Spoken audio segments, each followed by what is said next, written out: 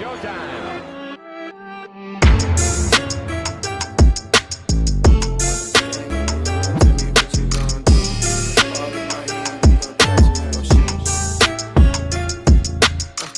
When the game on the line, you can't fold and you can't bend. Y'all be playing it safe and I be going for the win. Remember back when they was doubting on the kid. Now they tuned in cause my game too legit. Stayed down, remain humble and I made it work. Crazy how I came out so clean from the dirt. We was using candles on the nights the lights ain't work. We ain't never going back to that and that I merged. Turn your back on me, the worst mistake you ever make. Keep my grass cut, gotta watch out for the snakes. If it's on my plate, best believe it's getting eight. I'm ballin' like I'm Kobe 33 before the 8. I just want the rings and the medals and the trophies. I want the Kardashians and Jenner to all know me. I wanna take a Uber to the hills to visit Chloe. I want the floor seats cause I'm tired of the nosebleeds. When the game on the line, you can't fold and you can't bend. Y'all be playing it safe and I be going for the win. Remember back when they was doubting on the kid. Now they tuned in cause my game too legit. I feel like I'm Scottie Pippen, putting on the work but they don't give me no recognition. Basically the league's MVP but the P is missing. I'm the most valuable but sometimes they tend to forget it. I live my life on the edge but my back against the wall. I make sure my shoes lace cause who gon' catch me if I fall against the odds, but I'ma beat them all. I used to have a lot of friends, I never thought my day one circle be this small, but who needs love if it's fake love? I'm tryna shine like the diamonds on Mike's glove. Get in my way and you gon' feel it just like Mike's glove. I'm tryna go from burnt rugs to the red rugs. That's facts. When the game on the line, you can't fold and you can't bend. Y'all be playing it safe and I be going for the win. Remember back when they was doubting on the kid. Now they tuned in cause my game too legit. Who gon' stop me now? I'm on a roll, let me know. Who gon' stop me now? Who gon' stop me now? Who gon' stop me now? I'm on the road, let me know. Who gon' stop me now? Gang, gang. When the game on the line, you can't fold and you can't bend. Y'all be playing it safe and I be going for the win. Remember back when they was doubting on the kid. Now they tuned in cause my game too legit. When the game on the line, you can't fold and you can't bend. Y'all be playing it safe and I be going for the win. Remember back when they was doubting on the kid.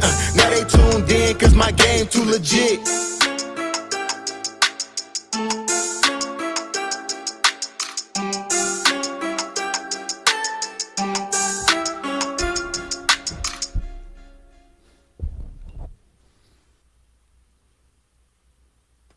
What up? Is the mic okay? This time the mic's all right. What a game. That was so frustrating to watch. It was insanely frustrating to watch, and then suddenly it all felt better. DR cringe edit. I disagree, but to each their own. And you know what has a ring to it? Fourth quarter Scottie. I like that. It's a really nice ring. It's exactly what you want to be known as a player. You want to be known as, you know what? You can't get more hyped about a guy scoring 11 points in your life. Okay? I mean, that fifth block, I mean, he thinks it's a block. I think it was probably a goaltend. All right. Struggles hard to start the game. Scottie Barnes struggles so hard to start the game. It's been a trend for a while now. The spacing is abysmal for this team. Every single time someone tries to go into the paint, you see a second defender, a third defender. You see 3-second violations. You see, everyone's just short, right? And who's thriving here? Jakob Poeltl, Fred VanVleet. That's the connection that's thriving. But, I'll paint it as an analogy like this. If I bought the wrong adapter for the wrong country, I wouldn't blame the laptop company. Does that make sense? Sometimes things just don't fit. I had a lot of questions coming into this trade deadline about, how would Jakob Poeltl fit with Scottie Barnes if the other pieces around them were not adjusted as such.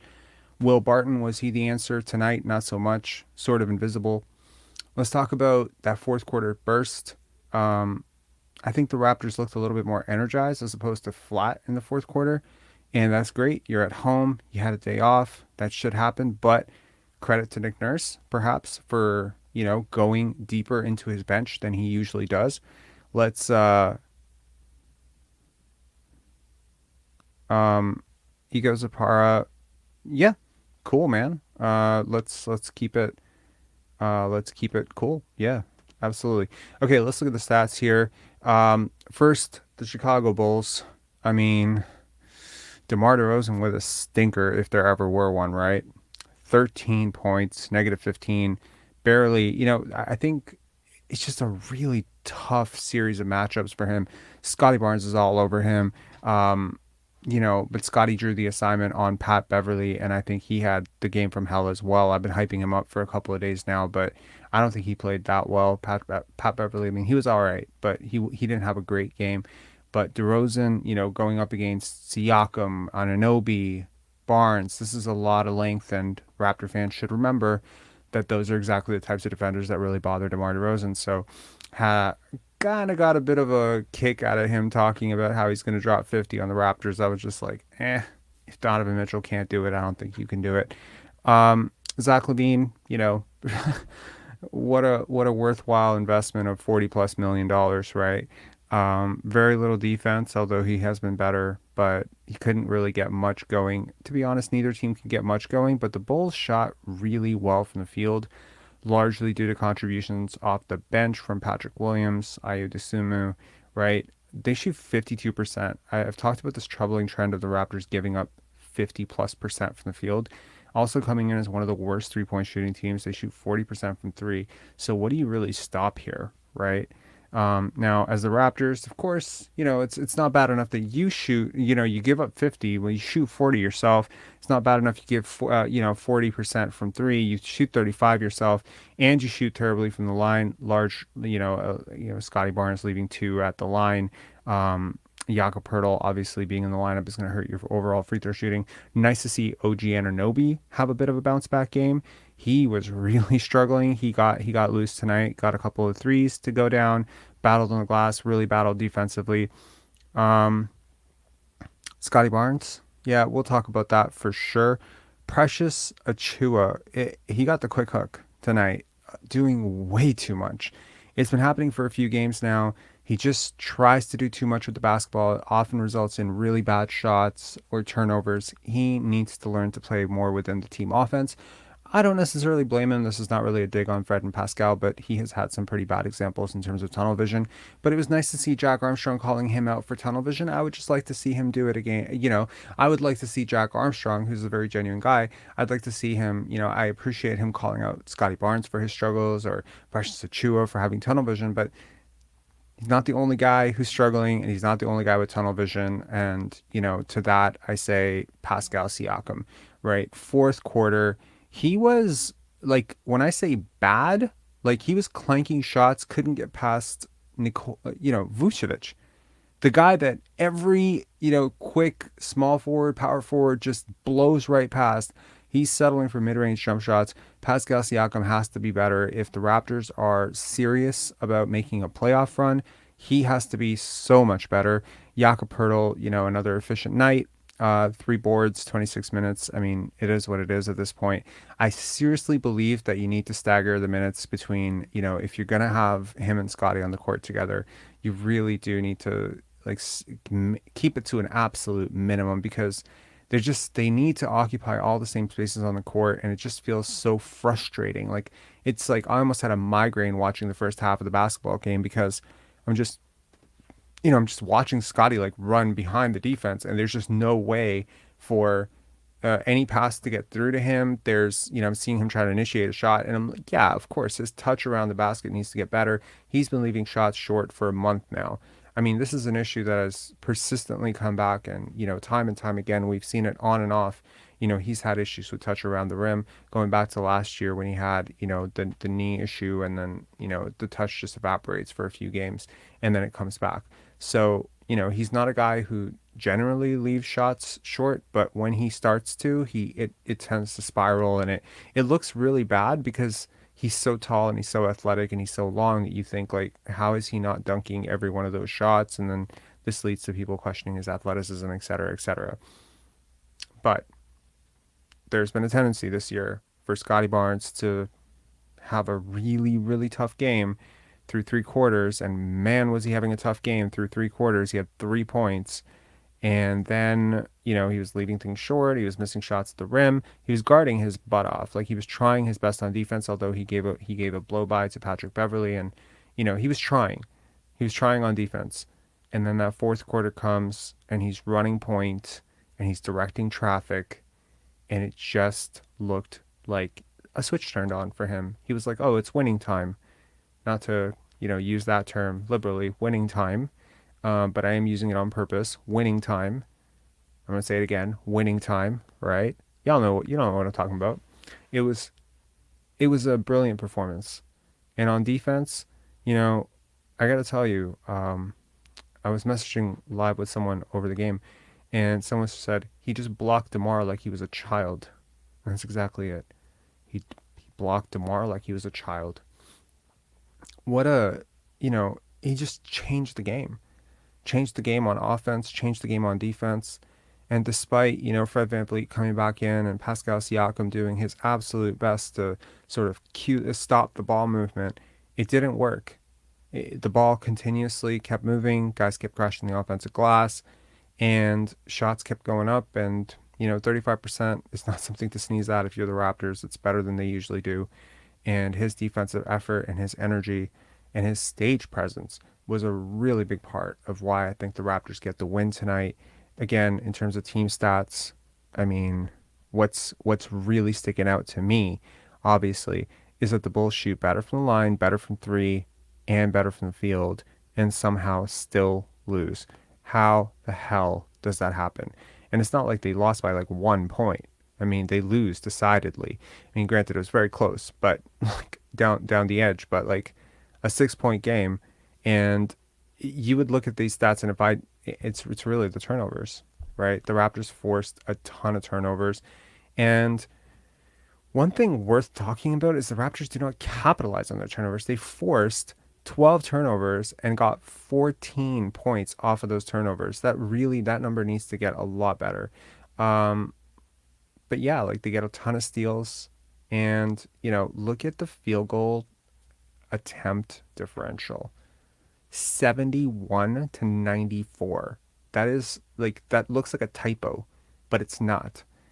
It's ridiculous, right? Like the Raptors just absolutely crushed them. 19 to 6 on the offensive glass. A lot of that is, it's just Chris Boucher, Precious Achiuwa. There's the overwhelming size that the Raptors push against the other team. It's really a lot to match up with, and that's not easy to do. I mean, the Raptors, Jakob Poeltl, of course, Scottie Barnes, like they're just bigger across the board. But the Bulls are not a small team. Like they boast Andre Drummond, who had 10 rebounds tonight, Nikola Vucevic, who granted plays a little bit further away from the field and had a hell of a game tonight with 23 points, but he only had 5 rebounds. Patrick Beverley led all starters with 7. DeMar DeRozan adds absolutely nothing with 0. But in terms of, the Raptors, like where were their offensive rebounds coming from? It was a really balanced attack. Like it was Siakam with 3, Anunoby with 3, Barnes with 4, including the late one to put himself in double digits with 11 points. And, again, Chris Boucher, Precious Achiuwa in their limited minutes, they added a ton as well. So I really like the energy from the bench. Thaddeus Young looked good in his 17 minutes. I really liked what I saw from him. Will Barton, I mean, 4 minutes just to get his feet wet, I guess. Gary Trent Jr., I would be remiss if I did not say what a professional effort from him. I think he guarded, I think he competed, and, 19 points off the bench, really welcome addition to the bench. Obviously, I worry about the politics and the contract and the finances of it, but it is a great way to balance out the lineups. I just want to see fewer lineups where Scottie is just running around trying to space the floor, because I don't think that he can do that right now, and I don't think it's in his benefit or his team's benefit, and it's very frustrating to watch. All right, now let's get some callers coming back to us after so long. We haven't heard from NY4RAPS and Efe in forever. I thought that they absolutely quit on the team after the team traded for Jakob Poeltl. And here they are. They're back. How you guys doing, man? Good. How are you? I'm great. Hey, how's it going? How's it going? Good game, good game. So we've been playing very well since Can we just get a moment to just say again a shout out to Scott, Scottie's dad saying exciting game. Yes, sir, it was an exciting game, and Scottie showing up late. I mean, there's just it's such a like where does this come from when you're 21 years old to have this type of stage presence to be able to turn it on like that, like to just what'd you guys think Yeah, of the game? and even though it wasn't scoring from the like missing all those shippies at the rim, right? He was really playing hard on defense, Yeah, so he was but really really engaged all game. For sure. it was And I think, engaging and that's what I defensively. was telling Paul that that's one thing I've noticed in his game. I think his defense has really taken a step up in the last 1 month, even though he's not scoring too much, but the impact on the game is there. That's why when anytime Coach Nurse removes him from the game, you see if they leading, they lose the lead and they bring him back almost immediately. He's a Yeah. point guard. He is a point guard, and they would be smart to play him at point guard.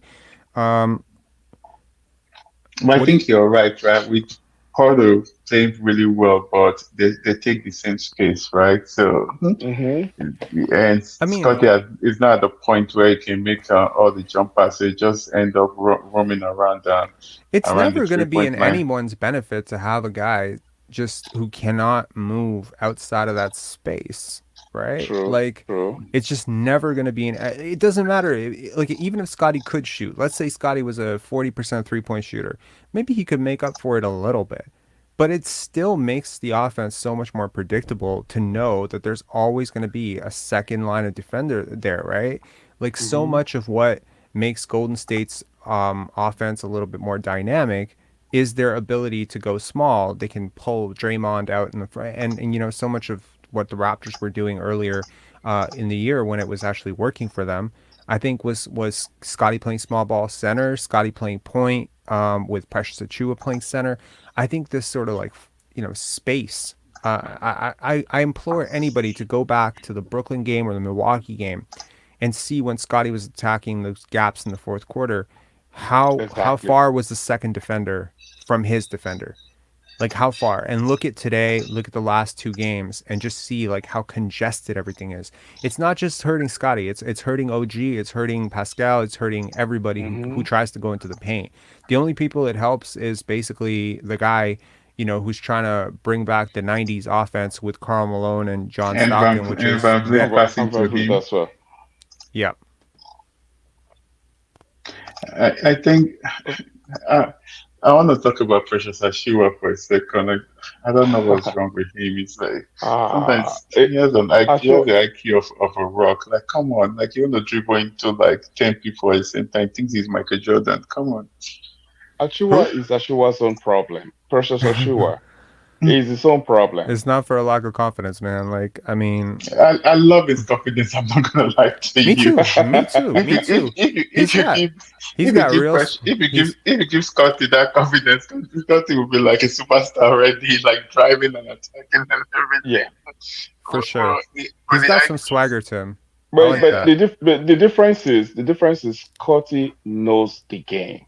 he knows the game. Yeah, He's too overgrown for his age. I don't know, man. Shout out to his parents. They His really his brought shout out that dad to kid up great. his dad is shout out here. to his dad, man. Shout out to his dad. You raised a great son. Yo, Yeah. like Uh, honestly, I want to tell you one of the things that I really identify with Scotty, and I was going to talk about this on another live, but it was my dad taught me the game too. Watching old Pistol Pete Maravich, Boston Celtics, hmm. Lakers. This is how me and my dad actually bonded when I was young. We didn't have anything else to talk about, so that's what we Hmm. talked about. My dad got me into the game, and now here's the crazy part: when my parents divorced, my parents separated, my mom and I we fractured a lot. 'Cause it tends to happen when you get divorced. You don't know like who to Hmm. blame, whatever. Definitely, yeah. The only thing that my mom and I could do was watch Raptor games together. We used to watch Raptor games. That was the only 2 hours in a day. That was the point of conversation. And now we're talking about the Raptors. Now we can talk about school. Now we can talk about this. We can talk about that. But it Hmm. started with talking about basketball, talking about Vince Carter or whoever, explaining to her the game. So it was so cool how basketball connected me to my very disconnected parents. And Hmm. when I heard stories, like maybe 3 years ago about, oh, Scotty like I Oh, don't know, shout out to watch. Scottie's dad. Scottie's dad just said his grandfather and grandmother loved it too. Oh, good, good, good. Yeah, for sure. And it's so cool like how basketball can not only bring together communities, it can bring together, entire communities like can be Yes. connected by basketball, but it can also bring together families, which is also very important. So yeah, so I think that was the coolest thing when I heard stories about how Scotty would watch old Magic Johnson footage and Lakers footage with his dad. I was So what you like, just that's said, the vision. bringing families together, right? Paul and I were watching Raptors basketball since 2001 together, and Hmm. everybody is in my family. They keep saying that you and Paul, you're so close. Anytime I'm on the phone, like, what are you talking to? You're talking to Paul. So Exactly. it's been Yeah, Raptors forever. yeah. Anyway, how are you guys feeling about this season overall? Like, And we're I gonna we're mean, gonna make it to the playoffs. I think they're gonna We're make gonna playoffs or the play in? playoffs. playoffs. We're I gonna think make it they're to the gonna make. playoffs. I think they're gonna get to the sixth position. Yeah. Yeah. Okay, Because Clutch because Tatum, no recruiting Scotty to Boston. We're gonna boot your ass. I don't care. I don't. You guys got Jason Tatum and Jalen Brown. You trying to be greedy, bro? Like you got Exactly. two. Come Can we can on. we can we keep one? Can we keep one Exactly. star? Can we keep You, the one we drafted? Come on. jeez. I think they're gonna make the playoff because Brooklyn is losing, and I thought they would catch New York, but New York is playing really well, so they're gonna end up Hmm. the seventh or the sixth seed. But I ra- if they make the sixth seed, then it's gonna be Philly again. Then that's when you're gonna need Jakob to defend For Embiid. Yeah. sure. Um, yeah, I mean, I don't know. I heard earlier today that Jakob Poeltl was going to come off the bench, and I was like, oof, bold move. That might make some sense, even, right? Like, if Hmm. I'm not saying that Precious Achiuwa should be getting DMP CDs, but if you were to tighten this rotation, let's say you couldn't go 10 deep every single night, what's your 8-man rotation? Like, who are you cutting out? I mean, the obvious answer is you cut It's out Will Barton precious. and Thaddeus Young. But like, if Hmm. you're really serious about winning, I feel like Thaddeus Young probably helps you win about as much as Precious Achiuwa. Precious Achiuwa is a better defender for sure, but like, it's like, Palisang only plays well when he has rested. He rested for a couple of games. Now he has the energy. bro, his whole season's been rest. What are you talking about? Yeah, I'm not even trying to, I'm not even trying to be rude. I'm just saying, like, he's not playing that much. I hope his dad is not watching us. I don't think Thaddeus Young's dad's watching this. No. Um. Anyway, thanks a lot for calling in, guys. So We've what do we've you think? Do you think they're gonna make the playoffs? playoffs. Yeah. Time will tell. What I do know. I What think this road trip is going to determine where they're going to fall, but they're going to make the plane most Uh-huh. likely. Yeah. Um. I think. Look, Atlanta just. I think Atlanta lost tonight to Washington. I Yeah. think Right. Mhm. yeah, yes, the last. So that's one team we're trying to catch. We beat Chicago. That's one team we're trying to fend off. It feels Hmm. like 10th or ninth is inevitable, with 8th, 7th being a very hopeful outcome, and 6th being a pipe dream if somebody falls off. There's just too many teams ahead of you. Like most GMs, most scouts that I talk to, they always talk in terms of losses. They never look at win loss. They always say losses. So you can't like once you have 32 losses, this goes out the window. Once you have 35 losses, this goes out the window because teams have different schedules. They play different Hmm. number of games all the time. So the way I see it is there's a lot of teams ahead of you and you need them to drop because you don't have head-to-head matchups with Brooklyn. Like you need Brooklyn to lose in order for you to catch Hmm. them. You need Miami to lose in order for you to catch them. Same thing with Atlanta. Um, I just, again, like it was so interesting tonight watching this game because right before the game they introduced the stat DeMar DeRozan averaging 25.3 points per game, Siakam averaging 25.3 points per game, and I remember thinking like DeMar was kind of inefficient. Very inefficient today. OG got him good, and Scotty too. When Scotty switched with OG, Scotty got him good. Yeah. No, what I'm saying is on the season, I used to remember DeMar being one of the less efficient superstars or stars in the NBA or all stars, right? And it was Hmm. so interesting to see both DeMar and Pascal having 25.3 points per game, but Pascal shooting 3-4% worse from the field. And it was just like such a reminder of like, Jesus, like, where are we going with this guy? You know? Like if it, like it just gave me shades of DeMar, and then it was crazy because you're watching DeMar against Siakam, and you're watching these two guys, and they take these mid-range shots, and you know, Nothing's going in. Yeah. and when it's cold, it's cold. It's not going. They can't quite Yep. get the physical advantage, and they're both these super hard workers. And in so many ways, it's so crazy for me. But these two guys have so much in common, So so I was much much just in telling common. Paul, I was mid-range. telling Yeah. Paul during the game that Pascal affects the game the way Anthony Davis affects the game, right? Yeah, Anthony Davis You say can Antonio Davis? Anthony Davis, sorry, for Lakers. Yeah. Oh, Anthony Davis. Anthony Yeah. Davis, yeah, Anthony I was Davis, like, yeah. oh my god, No, the shade. Wait, no, but no, no, no. you're saying Pascal affects the game the way Anthony Davis affects the game? Yeah, Anthony Davis Yeah. is not a winner, right? I think Anthony Davis is way better than Pascal Siakam, man. I'm not. He's way better, right? But he's not a winner. You can't win with Anthony Davis. He's a better player, but you can't win with him. I get what you're saying in terms of personality type, alpha, leadership, etc. But just Yep. man, like Yep. as a bucket getter, like the way Anthony Davis gets offense, it's so easy. The way So Pascal would you Siakam gets so offense is would you rather so keep hard. would you rather keep Anthony Davis or Pascal? I'd rather keep Pascal because No, Anthony Davis is too injury prone. I don't care. Yeah. I would look at the upside. If you put Anthony Davis on this team right now, like right now, you have an actual championship. You have But you actual Nah. champ. You but could you have actually win to a championship if you have had to him. you have to win the game. You have to play the game to win championships, right? How many games does it play? No, that's What is it? fair. Look, that's fair. But look, at the end of the day, that's the same issue with Kawhi, right? But I'm pretty sure you'd rather have Kawhi than Jimmy Butler, right? No. True. Right? Because the upside's just a little bit higher. Now, the gap between Kawhi and Jimmy Butler is way, way smaller than the gap between Anthony Davis and Pascal Yeah, Siakam. exactly. Exactly what Sean just said. Anthony Davis does not have any heart. Pascal got more heart than Anthony Davis. I'd rather keep Anthony Davis in my team Pascal in my team than Anthony Davis. I don't know how you could be so good at basketball and not have heart. Personally, I think a lot of the Anthony Davis stuff is overblown. Ironically, the same thing people criticize him for. He didn't pick up a basketball for 4 months. The same thing that Pascal Siakam did during the bubble. You can, they're both champions. They both won championships as a second leading scorer. I just think Anthony Davis has had a way better career, and I think he's a way better player, and he's a way better defender. So, I don't know, like.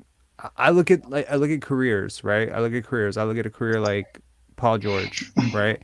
Paul George gets a lot of shade because of playoff meltdowns, et cetera, et cetera. Well, that's the caveat, and that's the consequence of always being on the big stage. You're gonna fail on the big stage.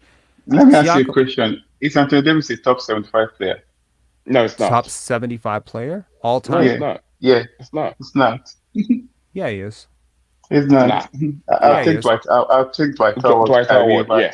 Anthony Davis. Or in Kyrie, my yeah. in my opinion, he is, because like, look, a lot of those guys on the top 75. No offense to them, like they weren't that No, great. okay. Let's say the last They're 25, there for. not the top 50. Okay, let's pass the top 50.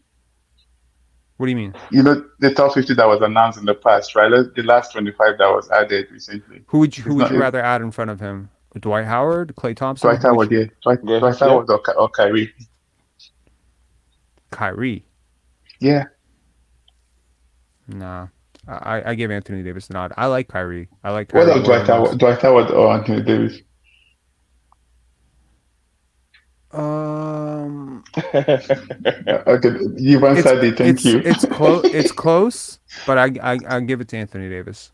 Nah. No. I mean, look, Anthony Davis cannot carry a team. Without LeBron, Anthony Davis is trash. I mean, look, so much of what your legacy is what team you were on, okay? Like the Pelicans that were built around Anthony Davis were pretty bad. It's not really his fault. I don't think most of that was his fault.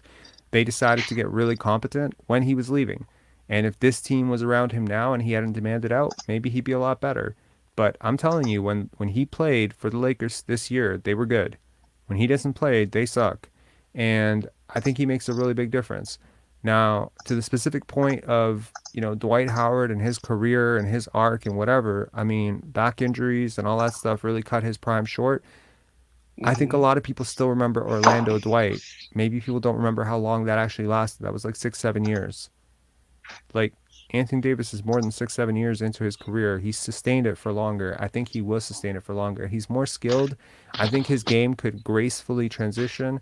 I honestly, I could see Anthony Davis having a 17, 18-year career potentially. Hmm. Not with I the mean, injury. durability, I doubt it, but like he can transition out to becoming, more. I think he just has incredible ball skills. He's a really smart player. In terms of like who lived up to their upside more, for sure, Dwight did a better job of living up to his upside. Anthony Davis's upside was probably higher, and he didn't do as much. But it's hard for me to shit on a guy who's as good and as skilled at basketball as Anthony Davis and say he doesn't care about the game. That's just my point. Anyway, Yeah. um, I get the Anthony Davis slander. I just think he's a hell of a player. Yeah. Anyway, guys, Yeah. thanks so much for calling in. We've missed you Uh, guys so much, so it's nice to have you back. It's nice to have a few yeah. regulars. The queue We've is not been full. calling in, but we've been listening. I've Sometimes been, I drop yeah. chat on the chat. I'll be chatting on the chat, but just listening sometimes. Yeah, sometimes it's hard to talk about this team. I appreciate it. Yeah, yeah, because same thing over and over again. I'm tired. Yeah. I can All just do a right. recording and press I don't replay. know why we can't just get shooters for God's sake. We can't get shooters for We just to got Will save our. Barton, man. We just got Will Barton. Yeah, but you saw what happened in the last 35% game, career right? sniper. You saw what happened in the last game where Joe West camp, like, look at all the shots they're giving him, right? The spacing is so bad, they don't move the ball. So shooters become Yeah. no So shooters with the shooters Raptors. become non-shooters when they come to the Raptors We because we shall don't have see. no spacing. Yeah, We shall but we'll see. see. We We'll shall see. see. All right, guys. All Take right. All care. right, Have a good one. Okay. take care. See you. All right. Nice one. Bye. Bye. Bye. All right. You have bias and potential and shy away from what is. What is? I don't know. Don't we all have bias? I guess we all have bias. Next up, Ian. What's up, Ian? Is it Ian or Ian? No, it's recruiter dude. Same guy. Hey, what's going on, man? I'm good, man. How are you? I'm good. Tell me He, you didn't take the Bulls in this one, did you? I did. Shit. So it's okay. I was listening to you just now, and honestly, I aspire to be as balanced as you are. Because No. I think I've something happened to me this season where I've turned. And I'm like the most optimistic, like fun-loving guy, like this. I was so excited for this season. And as good as Scottie was in the fourth, and as much as I love watching that guy develop, I don't know if it's enough for me to, like, what's the word, like, unremember the first quarter and second quarter. Just like I can't unremember that Utah game when we beat the Pelicans. Do you know what I mean? Mm-hmm. Like it's just the clunkiest ass offense, Rob, that like I've ever seen. And I love defensive basketball. I love rebounding. I love hustle. I like the possession emphasis. It's great, but it gets to a certain point where you're like, like aesthetically, I don't know if I could live through another season like this, to be honest with you. Not to bring the whole thing down, You can't live through it. if we had to do this season, like if it's similar to this next year, and I don't want the conversation to be about that, but like I mean I don't know what your stance is on Nurse, but I was so desperate to call you after the Utah game because like I remember thinking after that game like I would have fired him right there just to send a message, which is insane because I love Nurse and I respect him as a coach, and but I was raging pretty hard, I appreciate it. I appreciate what you're saying, and believe me, I feel almost exactly the same way you do. Right? This offense is so frustrating to watch. It's so it's hideous, Rob. It's hideous. I can't. it's insane. It's so insane. And it's so crazy. It's like because I do respect Nick Nurse, right? I respect him a lot, and I've read his book. I've looked up to him a lot. Just as a basketball mind, I like people who devote themselves to this game. And it's so crazy to me. Sometimes I'm watching this offense and I'm like, is this some sort of like 4D chess that he's playing where it's so bad that it's good. You know what I mean? Like when you I watch know, some crazy art house I want to movie. get inside. I want to crawl inside his brain and be like, "What's the grand?" I think you put on. You had a live cast where you suggested you took like a bit of a positive angle. This is like a week ago, I think, and you were like, Yeah, it was a maybe what he's. if. Yeah, the what if he's hiding stuff, just saving it for the playoffs. Like he's a freaking genius if he can pull that off. I mean, Well, it was the premise of that for anyone who didn't watch it was mainly yeah, that by forcing your team to have to go isolation ball and basically create out of scramble offense, you're yeah, effectively like giving them insane number of reps on offense for isolation, which is effectively what most offense in the playoffs devolves to when your first and second actions are taken away. hmm You that's why Kawhi and Michael Jordan and guys like this, they got paid the big bucks, and that's why they won championships, because when a play breaks down and your motion doesn't work, like that's what Kevin Durant was sort of critical of the Warriors initially, was he's like, motion offense doesn't work past the second round. I think that was almost a direct quote from him. That as playoff series gets tighter and tighter, eventually you're gonna have to go mano a mano, their best versus your best. It just tends to work that way. Because again, once you've scouted a team, like, and especially when you're like 5 games into a series and you've already seen all their shit and you already scouted it and you know all the guys' tendencies, then it really does come to who can you stop. Like, who yeah. can you not stop and who can you stop? And basically, Kawhi is unguardable one-on-one, and Pascal Siakam is very guardable one-on-one, and that's the difference. And that's going to be the difference in the series because, like, yeah. So that's basically the point, is like, if you give this entire team so many reps creating out of structure, a structureless offense, that once you do decide to add some wrinkles into this and start, adding some plays, and I mean, I'm not suggesting they don't have plays. They do have plays. They're just not very good ones. They're not very sophisticated and they're not very effective. So yeah, so maybe they are hiding something, because I don't see how any of that has improved thus far. OG, I don't really see a lot. I love OG, but I don't. me too. I'm not hanging anything on his individual ability, even in the post. Same with Trent, same with Siakam. I mean, Siakam still has maybe a little bit of room to improve, but I mean, the end of this game was insane. Like, we just rebound after rebound, and then mid-range miss after mid-range miss From Siakam. and yeah. Yeah, and Yeah. you're right. He's so like DeRozan, actually, but at least DeRozan, I mean, I think in terms of like volume shots over their career, DeRozan probably has shot double the amount of attempts. I dislike both players' styles for the exact same reason. But Yeah. what's crazy to me, and something that I almost feel like I should seek therapy for, is to understand, why do I like DeMar DeRozan while I do not like Pascal Siakam? Like, why do I enjoy watching DeMar and I don't enjoy watching Siakam? Do you know what I mean? Like, Maybe because of DeMar's like footwork and his ability to make space. I don't know. I find like what DeMar, okay, so like effectively, like the package is totally different, right? Like who they are as people is totally Of course. different. Yeah. Like what their play style is different. It's just where they end up is the same, which is a lot of mid-range shots, a lot of contested shots at the rim, a lot of forced offense, etc. They both get to the line a lot. They both don't take a lot of threes. They both score 25.3 points per game. The similarities are ridiculous. However, yes, DeMar is like, are you a fan of Seinfeld? Of course, absolutely. Yeah. Of course. So there was this thing, they used to say Larry David was a comedian's comedian, which was Yeah. to say that, other comics used to love watching Larry David. DeMar Yeah. is a basketball player's basketball player. Just like Kyrie is a basketball player's basketball player, Kevin Durant is a basketball player's basketball player. These are the guys that if you play basketball, you would want to watch these guys play. No, Because I agree. I agree 100%. I think DeRozan.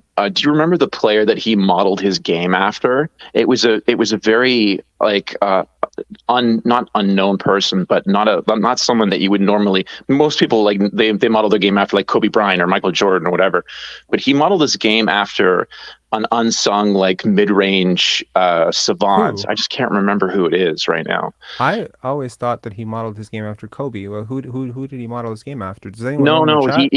it was. I'd have to wiki it, but I remember he had a quote saying like, no, he wanted to model his game after. I'd have to get back to you on that, but I just no, you're absolutely right. I feel that he is someone that guys who are balls deep in the game would really appreciate, just from he's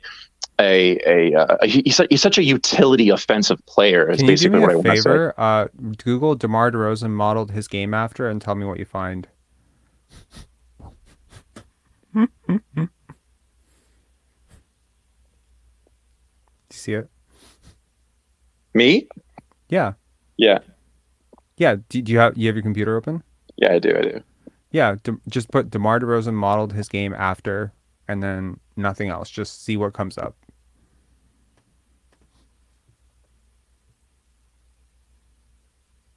Kobe. Yeah. Yeah. That's what I thought. He's talked about Yeah. it. He's talked about it several times. He talked about how he used to watch him play because he grew up in he grew up in Los Angeles, and like we grew up in Compton. Like I guess Kobe was close-ish to Los Angeles. So yeah, I mean, I thought it was him, but someone in the chat is saying Alex English. Was it Alex English? That's definitely not an unknown. That's an NBA legend. I just remember reading a quote, but anyway, no, point taken. Robert Parrish? No, not Clutch Robert Tatum. Parrish. No. Clutch Tatum was No. the funniest thing ever. Okay. Yeah. So I mean, yeah, look, I'm with you. I think this offense is absolutely disgusting to watch. Last thing I just wanted to ask you, and because you guys were talking about Anthony Davis just a minute ago, I think Kyrie came up. I just kind of popped in my head, just one of those insane thoughts, like, in hindsight, why didn't we maybe just make an inquiry into Kyrie? You know, I know people on Bathurst Street would not be pleased with that. And there's a lot of political shit, but I mean, I don't get the reference. What is Bathurst Street? Oh, Bathurst. Well, a lot of ethnic fans who would not appreciate someone who had all that. Jewish. Yeah. Gotcha. Yeah, exactly. Gotcha. Yeah, which I completely understand, but I'm just saying, like, he would be such a refreshing addition to this shithole phenomenon. I'm at the point where, like, any modicum of entertainment in offense, I was thrilled with the Barton pickup. By the way, it's something. Really? Like, you know what I mean? Like, that's how desperate I am. I was not. I don't like his defense. I think I know you love two-way guys. I know. Look, I can go for a non-two-way guy necessarily. I just don't. If you're gonna do that, then why not go back, build a time machine, and trade for Donovan Mitchell? You know, like the whole thing about we don't want to trade for non-defenders. Well, now you're signing non-defenders, and I don't like it because it's not like his offense is so great. He's dude, 50.4% true shooting percentage on the season. I understand he's a career 35% three-point shooter, and Jack Armstrong creating some sort of arbitrary line at 35% for the live broadcast. I don't know if you listened to the live broadcast tonight, but he was saying like, well, 33, that's the old thing. 35, that's the high bar. Bro, 35 is not the fucking high bar. 35 is league average. Average three-point shooting is north of 35%. It has been for a couple of years. So a guy coming in as your three-point sniper with a career three-point shooting percentage of league average is not a fucking sniper. Like it is on this team now. I know what you mean. Like go back in time and just keep Goran Dragic, keep Sam Decker. Both those guys are better three-point shooters than Will Barton. I know that's probably going to drop some controversy for me, but I definitely, I think those guys are better three-point shooters. I think you could design a whole like isolated show around like why didn't we trade for Donovan Mitchell? I mean, that's exactly what I was thinking on the back of that. Hey, man, we talked about it on Basketball Zone. Leo and I, we talked about it, and I was just like, look, man, trade Fred, trade first, trade whatever. Like, he is such a talent upgrade. He's so good. I mean, we watched it. Like, we just watched it. Final thing, what do you think of, since you're talking about Kyrie, and what do you think of Dame Lillard's 71, man? I wish I watched it live. I'm I have League Pass. I don't use it as much as I'd like. Some of these West Coast games going a bit too late for me. I'm 38 years old. I'm getting old. But Oh, please don't do that. Don't do yeah, that. Don't I do know. I that. I'm know. 30. I'm 35. Don't tell me I, 38 is old. I got Okay. kids, bro. It gets a bit late. How But many you know what? kids? I got two. Yeah. Wow, congratulations. I got Cheers. 0. I'm basically a child myself, so yeah. Like So am I. So am I. It's. I fear for them and their future. But no, dude. I can't put down. Even though I think you had Buddy on the other show, and he was like, I don't even watch most of the Raptors games anymore, and I'm such like a sick dog. I can't not watch my favorite team, and I can't not watch my favorite players play, which right now overwhelmingly is Jokic. But we don't have to get into that tonight. You got other callers in the queue. Hey, I mean, look, Yeah. did you hear Scottie saying to Brian that he thinks that the Raptors could use him like Jokic? Did you watch that interview? I didn't. On Yahoo Sports. Go check it out. I can't believe I'm plugging Yahoo Sports right now, but hey, my old quote is, if you're paying him, you're supporting him, you're supporting Scottie, I'm supporting you. So, like if you're, and by extension, if you're supporting Brian, I'm supporting you too.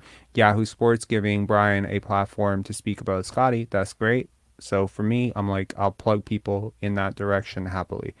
Yeah, that's basically where I'm at. But yes, he did talk about how he believes that the Raptors could use him a little bit like the Denver Nuggets use Nikola Jokic. And honestly, like what Jokic is doing, JJ Redick has a phenomenal. Oh, there we go. Here's another plug for anyone who's looking for content, basketball content after this. Do not, I dare you, I tell you, do not dare turn away from this to go and seek out this content. Wait for it to be over. We need the numbers. But JJ Redick had this beautiful video essay talk on Nikola Jokic and just how he's so different from other offensive players. And he's just incredible, and what he's doing and how he's doing it, and how he doesn't cheat the game and he doesn't force anything. And everything he was saying, it was like it could apply to Scottie very easily. So yeah.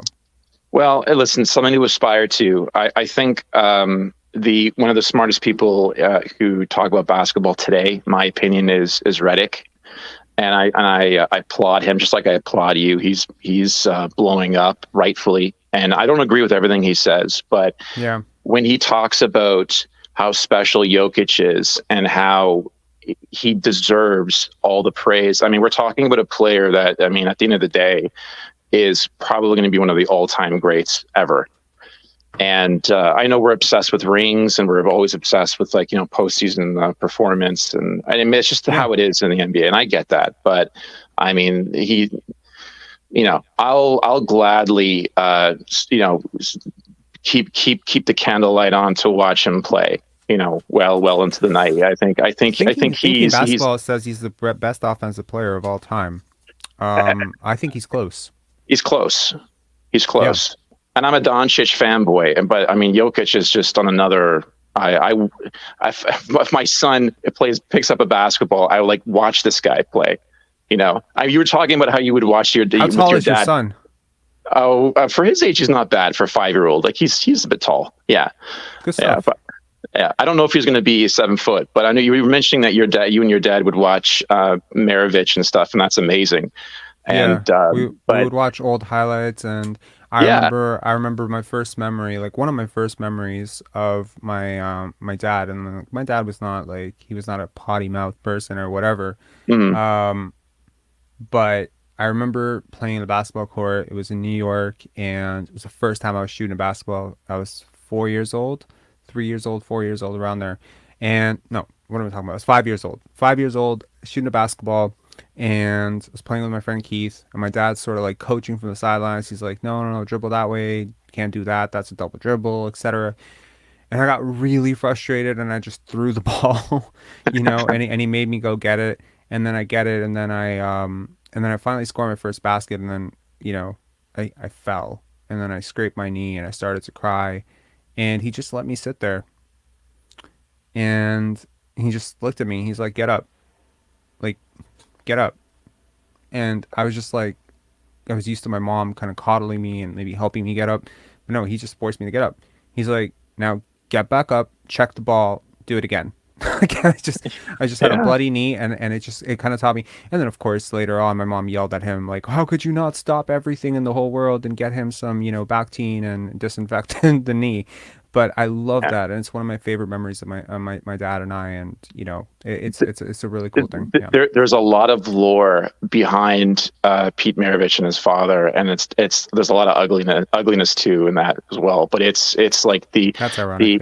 the Yeah. all that the myth behind him, and anyway, it's really interesting. Yeah. Well, anyway, listen, I'll sign off for now, and I'll take a Xanax and go to bed and forget the first 2 quarters of this game, and let's stay on the Scottie train because that's the only thing worth watching right now. Yeah, can we forget the offense in the fourth quarter as well? Pascal Siakam fadeaway mid range, clanks over Nikola Vucevic. Look, every player misses. Our boy Vucevic misses. Jason Tatum has a 7 for 20 game every now and again. It just doesn't look like this. Like, I think people need to actually watch like real superstars go play basketball and just say like the best of the best don't play like this. So No. Anyway, Ian, thanks a lot for calling in, man. Cheers, Appreciate brother. it. Cheers. Talk to you later. Bye. See ya. Bye. All right, and back by popular demand. Unfortunately, the only person who's going to be upset by this caller is James. James, you can go for your smoke break now. We're welcoming back Coach Mo. Coach Mo, how you doing? I'm good. All right. What'd you think? I think that this team, for the most part, this team has been together for like 2 years, Mm-hmm. and they play like they've been put together last week. I mean, in a weird way, they were put together last week. Jakob Poeltl, our boy Will Barton. I get what you're saying. The chemistry is just like the fit isn't great, but the chemistry is just weird. By the way, is that really Barnes' dad? Yeah, it is. 100%.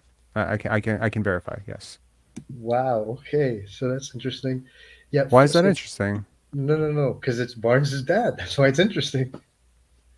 I mean, players' families watch shit all the time. Yeah. I know. But I'm just. And saying. I mean, like, this channel might as well be called Scottie Basketball, man. Like, Yeah, I mean, yeah, this is yeah, this yeah, is yeah. Scottie Central. All that's left is for him to call in. But I'm pretty. You I don't know. If I was a player, I'd tell my parents don't call in. He didn't call him. That's the No, thing. I know. But I'd like ban it. If I was Really? a player, I'd ban it. I mean, look, the thing that I The same with like banning here's spouses what I'm. from reacting and stuff like that. Oh, for sure. Here's what I'll say. Every NBA player out there, like, they need to close their circle for sure. They need to tighten the shit out of their circle, because every Yes. time you make it to the pros, you basically go and like cousin coming out of the fucking woodwork being like, "Yo, bro, I need a business loan." Okay, this shit is like, I talked to a lot of NBA players like back in the day about this, and it's like, it's crazy, like how your grandmother's neighbors twice removed is coming Yeah. at you, and it's hard because your salary is dictated publicly. What I will say that, my advice to any young player out there is limit your circle, number one.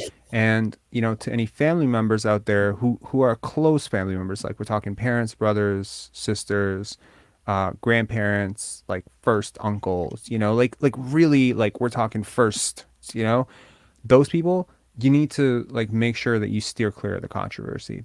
Anything controversial, just don't say it. Mhm.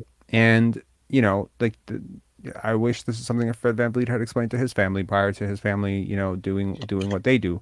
But or Malachi Flynn for that matter. Like how does his dad coming on, a Facebook group saying like Nick Nursery, whatever, how does that help Malachi? If anything, it just makes extra drama for him. So my goal with this, honestly, is I don't care who you are. Like, if you're gonna create like a mess or drama for Scottie Barnes, I'm not letting anyone do it Mhm. at this point. So Um, yeah. So I just want to be clear. I Mhm. want this team to lose as much as possible. Yeah. Um, Well, it's a I little late want for us. that. A little Yeah, late for that, I know. Coach But Mo. I'm still rooting for losses and for Barnes to play well. That's all I care about now. Barnes playing well and this team losing. And if we make it to the Who's your play second favorite player? I'm just curious. on this team, Yes. it's OG and O.G. My Yeah, third favorite player on this team is Jakob Poeltl. My fourth favorite player on this team is Gary Trent Jr. wow. Okay, so apart from Gary, we're like almost matching there. Yeah, Yeah. that's interesting. And I want us, if we make it to the play-in, I want us to lose in the play-in. And if we make it to the What? playoffs, I want us to be, I want us to get 4 blowouts in the, like I want it to be ugly.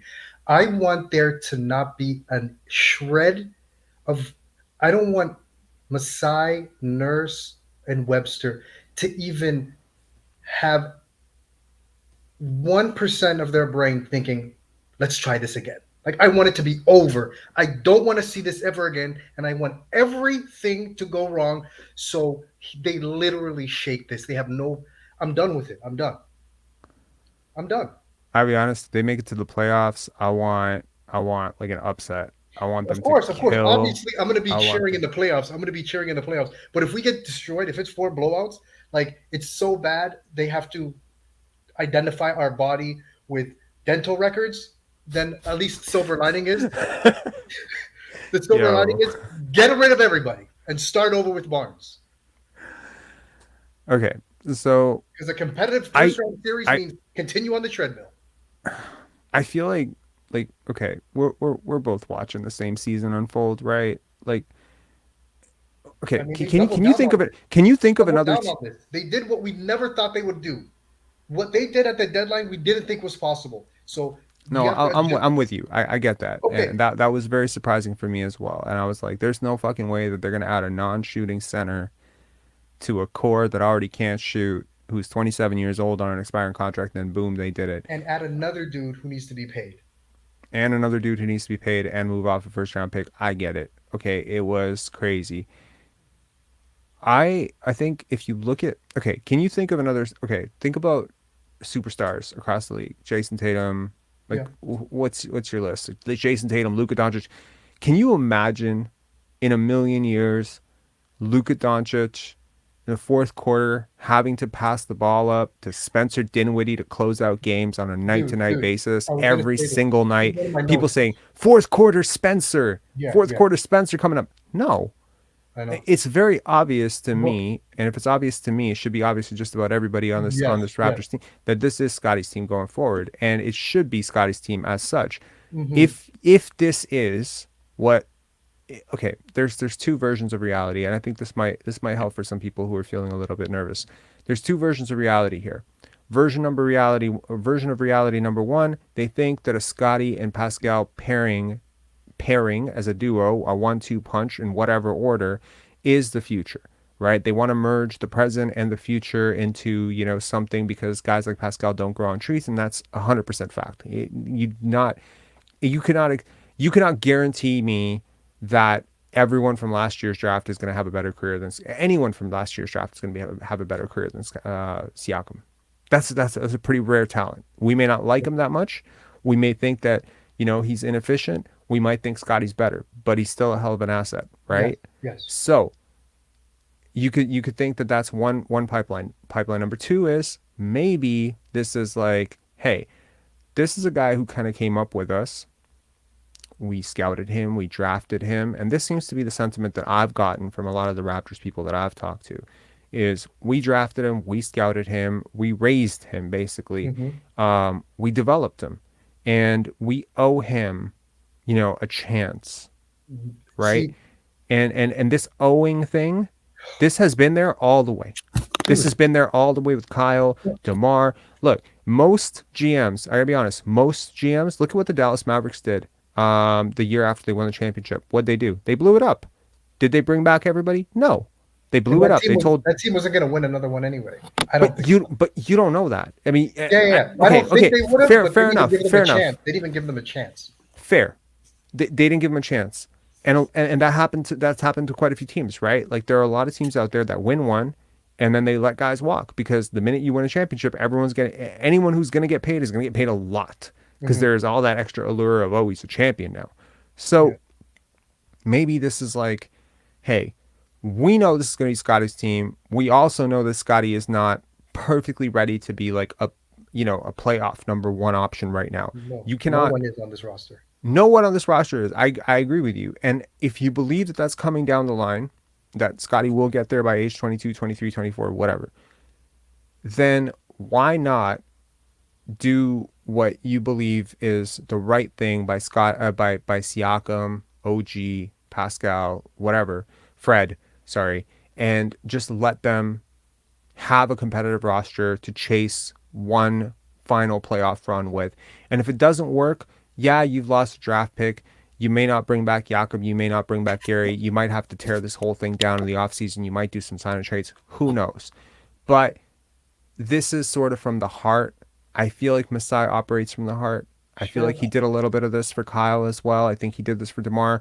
There's no way in hell, in my opinion, that you're winning that championship without Kawhi. The minute Kawhi left, most GMs, most presidents probably pulled the plug on that roster. Yeah. Start parting out But there pieces, wasn't there trading away wasn't a Mark, Barnes. trading. There wasn't Pardon? a There wasn't a Barnes on the DeMar Lowry duo.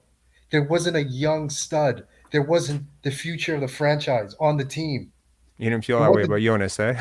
it wasn't JV. It wasn't JV, Yeah, I agree. right? I agree with you. And this I want to rebuttal with you owe Siakam, you built him up. Yeah, you built him up. We built up DeMar so he could be good enough to trade for Kawhi. Right? You built him up so he's an amazing trade asset. You can get multiple first round picks or In whatever. in fairness, Masai did not draft DeMar DeRozan. No, I'm saying, but DeMar made himself such a good enough player to be traded for Kawhi. Right? Mm-hmm. You're not trading a bum for Kawhi. No, that's fair. Even if it's in a hostile situation, like it's hostile takeover. For sure. Right? In And the most Kawhi people situation. thought that the Spurs got fleeced on that trade Yes, because the yes, gap between yes. DeMar and Kawhi is It huge. was massive. Yes. Yeah. But and I also think this summer, okay, do you think OG, Siakam, Fred, Gary, all their trade value is more, less, or the same in the summer than there was the trade deadline? I think all of them will have less trade value. There you go. Because OG will have half a season less left And on his his season's getting contract. worse, and his season's getting worse. His season And is the getting gap worse, between and him his and numbers Bridges are is getting getting worse. bigger. The gap between him and Bridges is growing. You That's could fair. you could have made an argument before the season started. You got no argument now. Yeah. No, No, I mean you got he's still a year Bridges is younger. better, and I'm not even having an argument about that. Bridges is better, and he's worth more now. On the open market, Bridges is worth more. That's fair.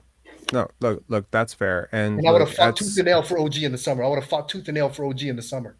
last summer. Yeah, Really? that he was a little bit better. I didn't think he was Right now, better. there's no argument. I didn't think he was better last summer. Like I watched Mikal Bridges very closely. I think he's one of my favorite players, in fact. I did an Instagram. You saw it actually. I'm pretty sure you did. I did an Instagram story where like 5 guys, like what would a roster around Scottie look like? Yeah, yeah. Yeah, Mikal Bridges. I had Bridges on there, but I also had OG on there. I had Yes. OG, Bridges, OG has 2 left feet. Miles OG Turner, and DeJounte Murray. That was my Here's my roster thing. around Scottie. Here's my thing with this roster where it's like, how many years has Siakam been the number one guy? Three and It's a half, basically 4. since Kawhi left, right? He's been given Yeah. those opportunities. It's been I mean, what, he's 5 years? technically been he's been getting those opportunities even when Kawhi was here, when Yeah, but Kawhi I'm was saying, missing games. and Siakam will be 29 in April, I believe. So it's like he is who he is, right? Same with OG. Anybody hoping for a jump from OG, you're at this point you're delusional. OG is who OG is at this point. Okay, fair enough. But I mean, hold on. Do you think Pascal Siakam has gotten considerably better from age 25 to 28? Because I Yes, think he but I'm has. saying, but I'm Okay, saying so now OG. he is what he is now. Okay, but OG is already a way better defender than Siakam, in my Yeah, I'm opinion. talking about the Way offensive better end defense. for OG. I'm talking about the Okay, offense. but OG will look, never be a I'm second not. option. Yo, I don't know about that. I think I don't think you need him to be. I think you No, I could don't have think him you as need him I to don't be. think I But I think he think he could be needs a to be. really good I third think he needs option. to be at peace with what he is and who he is. I think he needs to be at peace with that. That's what Fred is battling right now. Fred thinks he's something he's not. That's the But issue. I'm but all OG for has aspiring physical for higher levels. advantages. I'm all for aspiring to be the best version of yourself and to do more, but like OG at his best isn't a second option. Okay, fine. Like, I mean, depending on what you're trying to do. If you're trying to win a championship, yeah, OG Yeah, at his of course, best is of course. not a second option, Like we maybe. should never be force feeding OG, right? You can force feed Siakam to an extent. You can never I mean, force feed. yo, like when Siakam was out and Scotty and OG were finding a vibe, like I think OG But I played don't think really you were well. force feeding OG. It wasn't like OG Dude, like isolation. Jason Tatum very legitimately with a straight face said about the No, I know. 25-year-old at the time OG Anunoby, I I'm going to remember see that. him in Utah, okay? And that was not a hot take. That was legit. He was leading the league in steals. I mean, look, here's the thing. I remember talking to Brian during the interview. We were having a conversation out the air. And I remember talking to him and I was like, bro, that I made this video about Scotty Barnes at shooting like 52% from three or whatever. And now he's shooting abysmally from three. And that Yeah. was 9 weeks ago. Hmm. Shit changes so fast. When we're doing game by game reactions, the reactions, it can change so quickly. I want So what OG to I'm stay. I want OG to so stay. so what I'm saying is that OG has shown you like for a 30 game stretch this year that he can be a very competent, in Yes. my opinion, second option on a decent team and a third option on a great team. Okay? He's Hmm. better than Rick Fox, Derek Fisher, Yes. whoever Yes. the hell you want to Yes. talk about Of as course. third options on Of course. really good teams. Um, he can be that. He definitely can be that. Um, and I think Scotty can be a first option very soon. So you just need to find second option. And you have a lot of assets to go and find that second option. But those assets Draft have picks diminished. potentially. Those assets have diminished. And one thing that's like it's getting worse almost, Mhm. which is weird. Like you'd think Siakam would get better at this, but this dude doesn't have a clutch bone in his body. Like it's bad, and it's He's always his bad. It's numbers have been ugly. super ugly. Yeah, They're ugly in the playoffs, fourth. fourth quarters. Yep, And they're bad. that Pelicans game, the first game after the All Star break, Yeah, Brandon Ingram is just throwing up bricks, and next thing you know, it's fourth quarter, and he can't miss. And I'm just what, and then Pascal couldn't miss, and then it's fourth quarter, and he can't make a shot, and I'm just like, man, ain't yeah. that something where you gotta jump on the back of the 21-year-old, right? That you don't acknowledge for three quarters, and all of a sudden it's like, please save us. I mean, Scotty's missing layups. They can't make the layups for him. Layups, They could layups. create spacing. They can create better spacing for him. I'll agree with that. But they can't make the layups for him. He has to do better. Like I'm kind of on the record right now. Scotty has to be way better for Oh no, this I was team to be cursing his good. name. I was cursing his name the first three quarters. I was cursing his name. Scotty? Yeah, make your For, layups, dude. Make your layups. Like his his his layup percentage in the first quarter, I swear it has to be like 5%. it's Like not. Don't swear. It's not. It's not 5%. okay, But I feel you. I you get know what what you're I'm saying. saying? Like if he just cleaned up, like if all he did was clean up his finishing around the basket in the first half, he'd be shooting like above 50% and he'd be averaging close to 20 points a game. I swear to God, it's that bad. Look, the pathway to Scotty averaging 20 is so easy. So It's easy. just the problem is there's so much in his way. There's so The many three people in point his way. percentage, Rob, the There's 3 point percentage is going up. The 2 point percentage is plummeting, okay. Well, I right? mean, Which is we've actually a seen good sign because he can actually, the 2 pointers can be fixed very yeah. easily, I right? just yeah, like I want to give a quick hold on. Let me see if I just pull this up quickly here.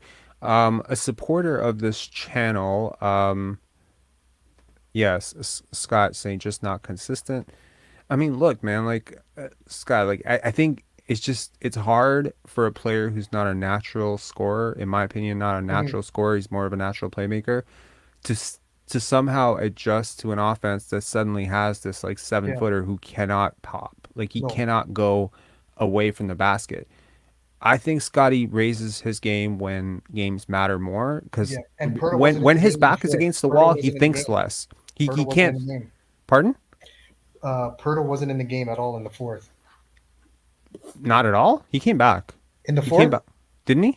was he in the game in the fourth? Well, he didn't close. He didn't close. He wasn't on in the last couple of minutes, right? Which we already knew. Perto ain't gonna Yeah, play games. yeah. Also, with the Hmm. coach, What what's up? with the you like the Thad Young minutes? Uh, Because there was one lineup. It was Thad, Boucher, Achua, Barnes. Gary. I was like, Honestly, I'm kind of like, I don't know about I don't know about that young, but I don't know about Achua. I mean, between Thad and Achua right now, give me Thad. Achua's a better defender. Yes, but Achua on offense, it is so hard to watch. When he's supposed to It's shoot, hard to he watch right drives. When now. he's supposed to drive, he shoots. Yeah, his IQ is low for sure. It's like, I want to give a quick shout out. Sorry, I want to give a quick shout out to Sean. People have seen Sean Stevenson. People do not know maybe about Sean Stevenson is that Sean is a rapper and he's an artist and he shared some of his music with me. So I would suggest after this, everyone go check it out. Mercules, awesome rapper. This just came out 4 days ago. It's called Attitude, featuring Mercules. Definitely give it a shout out. Like, just give it a watch. You know, I wanted to give this a shout out because Sean has just been so aggressively supporting this channel, and he's, you know, quick with the super chats and he's quick with everything. And I'm seeing his stories on Instagram, and this song is blowing up, and it's moving up the charts and stuff. And I was like, man, can we do a quick shout out? Because I actually like his music. So, you know, give that a listen after this if you want something to fall asleep to. Is yeah, I like it, and it's, you know, it's local. Support local, Hamilton. So, anyways, sorry. Thank you for giving me that moment to plug that in. mm, Coach Mo, Achua, any closing thoughts? Achua minus 14. I test I confirm mean, that. look, man, OG was like -30 in the last game. Okay, Like, okay, you but know what I mean? today's plus minus is interesting. My three favorite players: OG plus 16, Scotty Barnes plus 19, and Pirtle plus 13. Scotty is like the fourth quarter. He was all world in the fourth quarter. But even when it seems like he's sleepwalking, he's Block still party. able. He's like, Block party. He created a block party. yes, You are invited to Scotty's block yeah. party. That was crazy. It was so cool to watch. But I Um, root for him so much, and it's like just the it's 4 for 12 today. Last game, it's like when you it's like I'm watching the game, and sometimes I'm not keeping score of what his makes and misses are. So mhm. it's like I open the box score, and I'm just like, I'm ready to see something ugly when it comes to his make misses. But hopefully Yeah, they open up the floor for him so he has space. But yeah, man. It's gonna come. It's just it's hard right now. I mean, honestly, like I empathize. I completely empathize. Like you got this guy. He's going to the bench. He's so frustrated with himself, and you can tell because he yes, actually yes, cares. Like Scotty cares about winning a he lot. does. Like, He you does. see it in literally every decision he makes on the court. He's screaming at guys when he's too far away to defend. Do you see it? He Yeah, screams at a guy like ah. Just, I mean, it was funny to watch live against the Pelicans. Like he screams like you kind of shake for a second. You're like, oh my god, the whole building heard him. It's interesting. On one hand, you got it was Pascal Siakam yelling and one, you know, on one end, and then you got Scotty Barnes yelling at guys he's too far to defend it. And it works. It totally works. I would love to he's see the saving too. percentage. Hmm? He's saved. Like without his fourth quarter heroics, Hmm. our record gets pretty ugly. Oh God, yeah. I Like mean, even with his fourth quarter heroics, I mean, they've lost quite a few games that, you know, he was a hero in yeah, because they just couldn't quite close it out, but it was very close. And without him, it probably like their differential would be crazy. yeah, yeah. In And fairness, though, in a lot of times when he does put on like in a massive fourth quarter, it's usually after he has a really bad oh yeah, first, yeah, second, yeah, and yeah. third quarter. Those So first it's quarters are almost like not. he's Yeah, making up for it. he has so Um, much energy. Yeah. but you know, And with Barton's acquisition, I don't think we'll see Downton anymore. I don't think we'll see Wieskamp anymore. that's sad. Lynn and Batten. I think that's a wrap. But you'll get all the Thad you can get. I mean, we could get Giannis on this team. Thad will still find his way on the court. Um, Sad's gotten a lot of DMP CDs this year, man. but yeah. Yeah. So don't you think Barton should get a little bit more in terms of since he can at least shoot? Like he's Yeah. shooting 38% from three this year. He should be getting more than 4 minutes. I don't Yeah. understand that, but Scott saying took good shots in the paint, just rimming out, so I can't be mad at that. I heard a story once about Scotty needing to be locked out of the gym because he worked too hard. I think it was during high school or college, where it's just, you know, if he doesn't have his legs underneath him, I wonder how much that impacts his touch around the rim. honestly, like with big hands, he has solid touch. Last year, I think he was shooting close to 70% at the But the thing rim. is, his touch is it's so miraculously great in the fourth quarter. Like his touch is there. Like you saw the layup he made against the and one on with the left hand against DeRozan when I DeRozan wonder hit a how much bucket. of that is legs though. Like I really do feel like a little bit of his legs. You know. He But misses you're right. dummies in Like the fourth, and he makes like tough acrobatic layups in the fourth. So it's like it's but confusing. Scotty gets easy shots all the time. Yes. Every shot he takes is almost always easy. And I always look at like when I see Kawhi, Luka, Jokic, Hmm. Tatum, even Mitchell, Jordan, like I go through the list of superstars across the NBA. History, whatever. The one thing that always separates superstars from like fake pretend stars, like, you know, Yeah.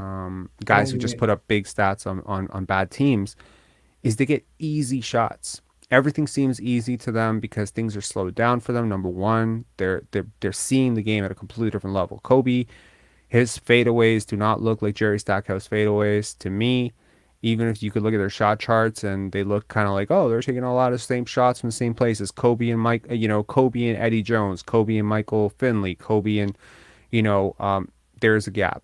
And it's a pretty Yeah. big gap, and the gap is separation. Kobe gets higher, Kobe gets further, Kobe gets quicker. You look at a guy like Vince, like when Vince was going well, the Yeah. game was so easy. I remember talking to Kevin O'Neill about Vince Carter, and he said he's the most talented player in the world. He is by far more talented than Kobe Bryant. He's Hmm. I probably, agree. if he wanted to be better than Michael Jordan, he could be better than Michael Jordan. And I was just like looking at him like for real. Like I'm a big Vince Carter fan. He feels Y- that strongly y- about him. He's just like when he decides to guard, he can just Who? absolutely Vince. You know what's Like funny it. about Vince? You know that you remember the player Dante Jones? Hmm.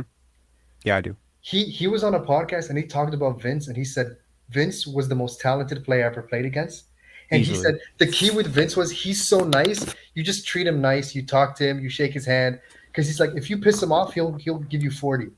Like See, at a moment's notice when he's mad or he turns on the switch. There's nothing you can do because he's so athletically gifted. He just jumps higher than you. He runs faster than you.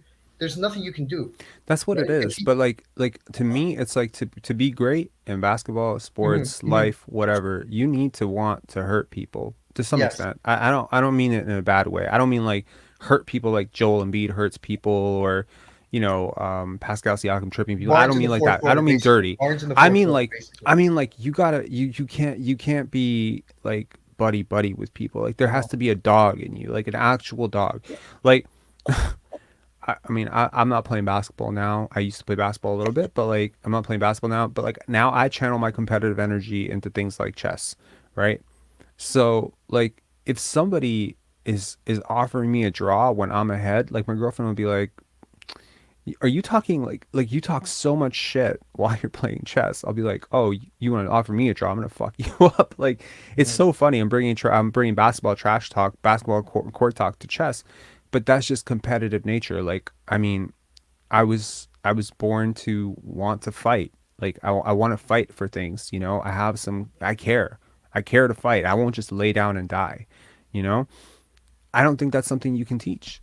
If your life was too cushy, too comfortable, and you kind of grew up with maybe you just, I don't know. I don't want to say it's soft, but like Luka Doncic is not soft. Like He's not that soft. guy is just like he's a killer. Like Okay. you talk to him, that's just Do you know what my beef with him is though? Because you're what right about him. But do you know what my beef with him is? And it's hard for me to root for that guy. what That dude complains about every single whistle. Like, I don't think I've seen a player complain more consistently than him. It's he gets bad. fouled on every single play. I'll give you Yes, that I much get though. that. I get that. And then even the ones he, Shaq used to complain about the whistle all the time too because he was I'm getting just fouled saying, anyways. every player Yeah, complains. I just think he complains to yeah. like the next level. But here's my final question. So Masai brought this team back. He doubled down and Hmm. traded a top six next year pick. Yep. What's the end goal? Like, okay, this team has a competitive first round. Okay, like was this Yo, like a if I knew the final answer to that reunion question, party? I don't think I would need therapy. I'm good. You know what I'm saying? Like Like, I don't I was don't I don't know the answer to that was question. this all for like when you get those high school reunions, 5 years out of high school, you go back and you have the reunion. Like, what is this for? Like, Loyalty, man. It's loyalty. It is what it is. You it's know, like you can they agree can with it, you can party. disagree with it.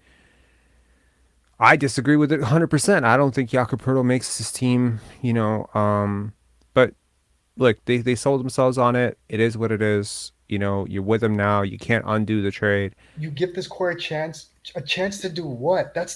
Like when I try to make sense of it, and I'm like, okay, you know what? Look, there's Let two me. two underrated parts to this trade that we're not factoring in properly. Number one, the Raptors made a calculated gamble that the Brooklyn Nets would free fall.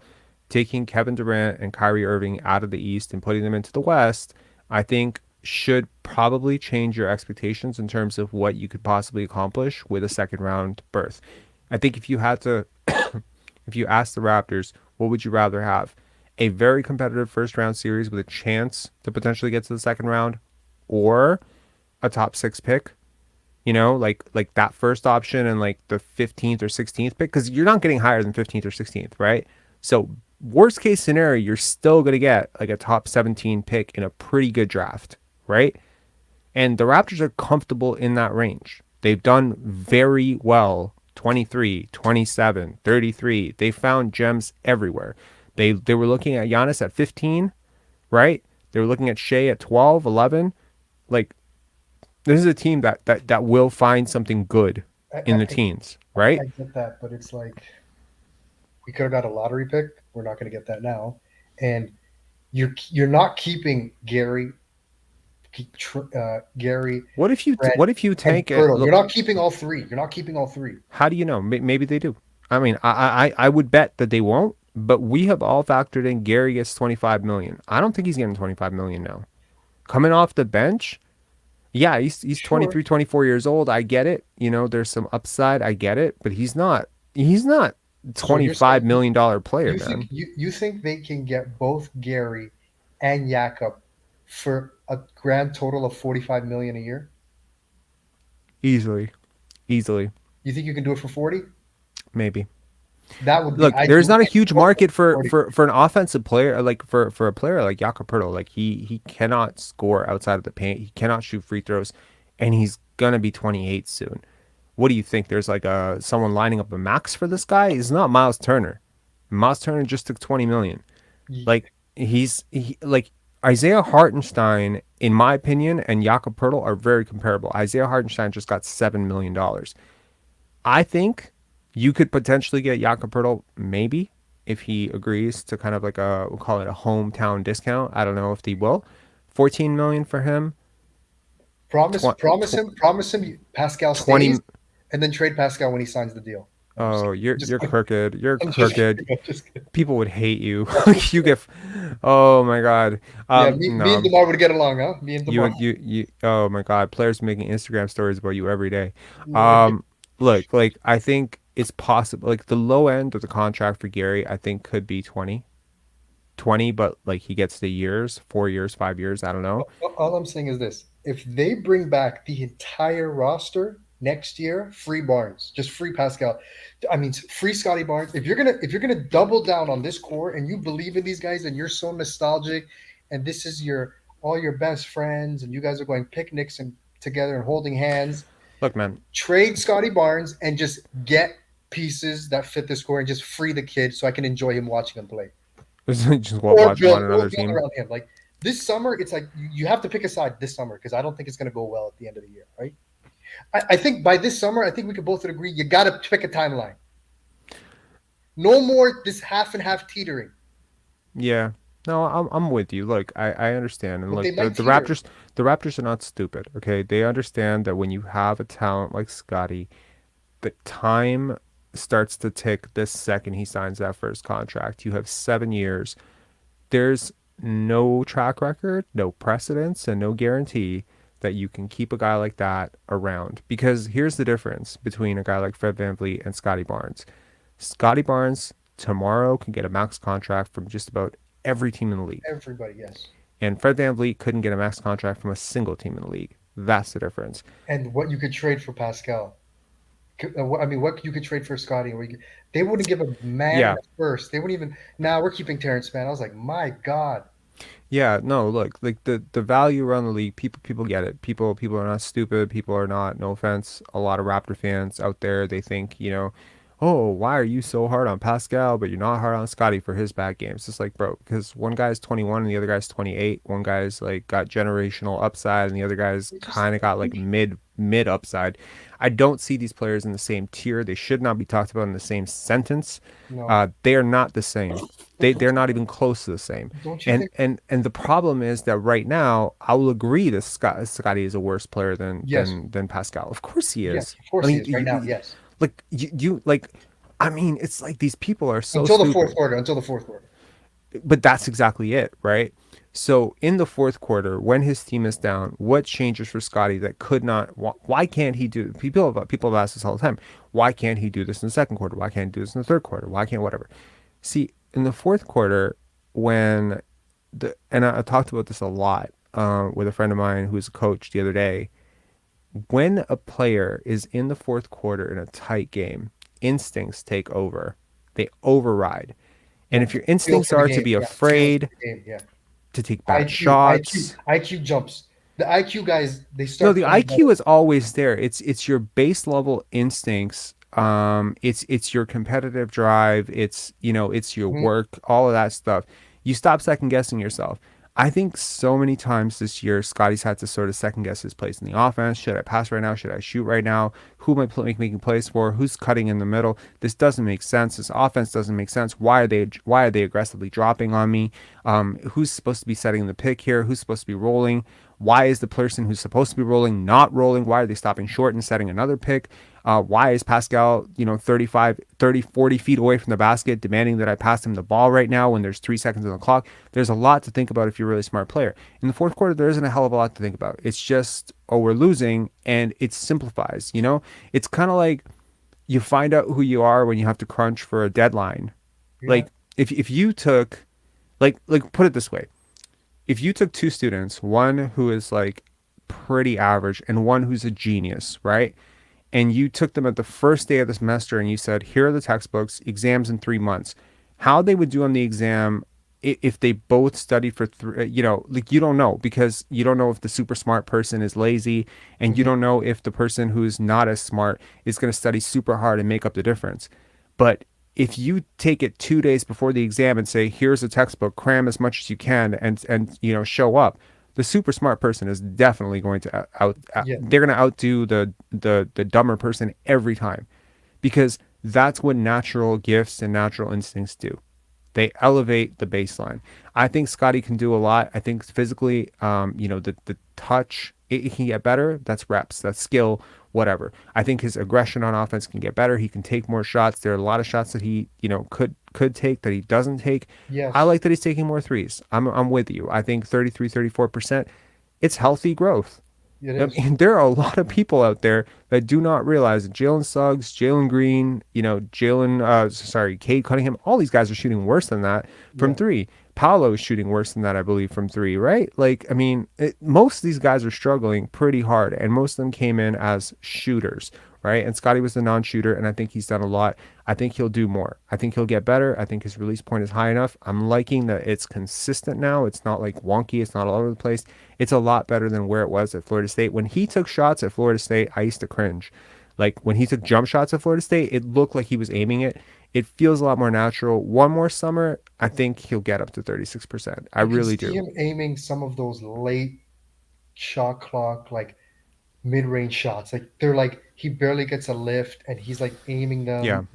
He's almost conscious that he's not good at shooting. Like you know what I'm saying? It's like he's in his head. He's But overthinking it, but yeah, and then there are again, like times when where he cards are doesn't down, think. yeah, when the cards are down, he doesn't have to overthink it. He Oh just yeah, lets I the agree. I instincts take agree. over And and boom, and that's when he's A problem with Siakam that hurts him is he's whistle reliant, and in the fourth quarter you're not going to get many of those, and that's where I guys think like KD and like the really like Jokic, they're not whistle reliant. They just you know what I'm saying. I think I that's mean, where James Harden they struggles a get lot. the whistle. They get the whistle because they are aggressive. I think the difference between a Scotty Barnes initiated possession and a Fred, Pascal, Gary, OG initiated possession is that Scotty does not actually make up his mind about what he's about to do until the defense shows him what he should do.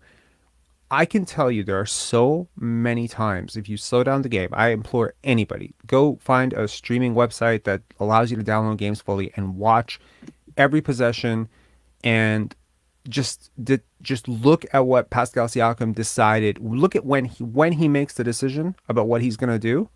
Nothing changes what he's about to do. No one, missing a rotation. Look, defenses make mistakes all the fucking time. All the time. Every possession. All the They time. make Exactly. every They possession. make one mistake. They're too high, too low. Yeah, yeah. They switch the wrong guy. They lose a guy completely and he dives behind the basket. Watch how many times. And when you face bad teams, you need to capitalize on every one of those. Good teams like Boston, Denver, etc. They capitalize on all your mistakes. You That's have to actually a place really good basically play point. perfect defense, or you're going to get killed backdoor. Guys like Nikola Jokic, you leave your man to dive to the basket. He sees it before you see it, Yeah, way before you see it. He probably sees it before the guy who's supposed to cut sees it, and that's the difference. That's the difference. So when you that's a see great Scottie point. Barnes initiate an offensive possession, watch how often he will go in one direction mentally, something else opens up and he finds it. That is absolutely, whether you think Michael Jordan was a great passer or not, Michael Jordan did that too. Except Michael Jordan oriented towards scoring.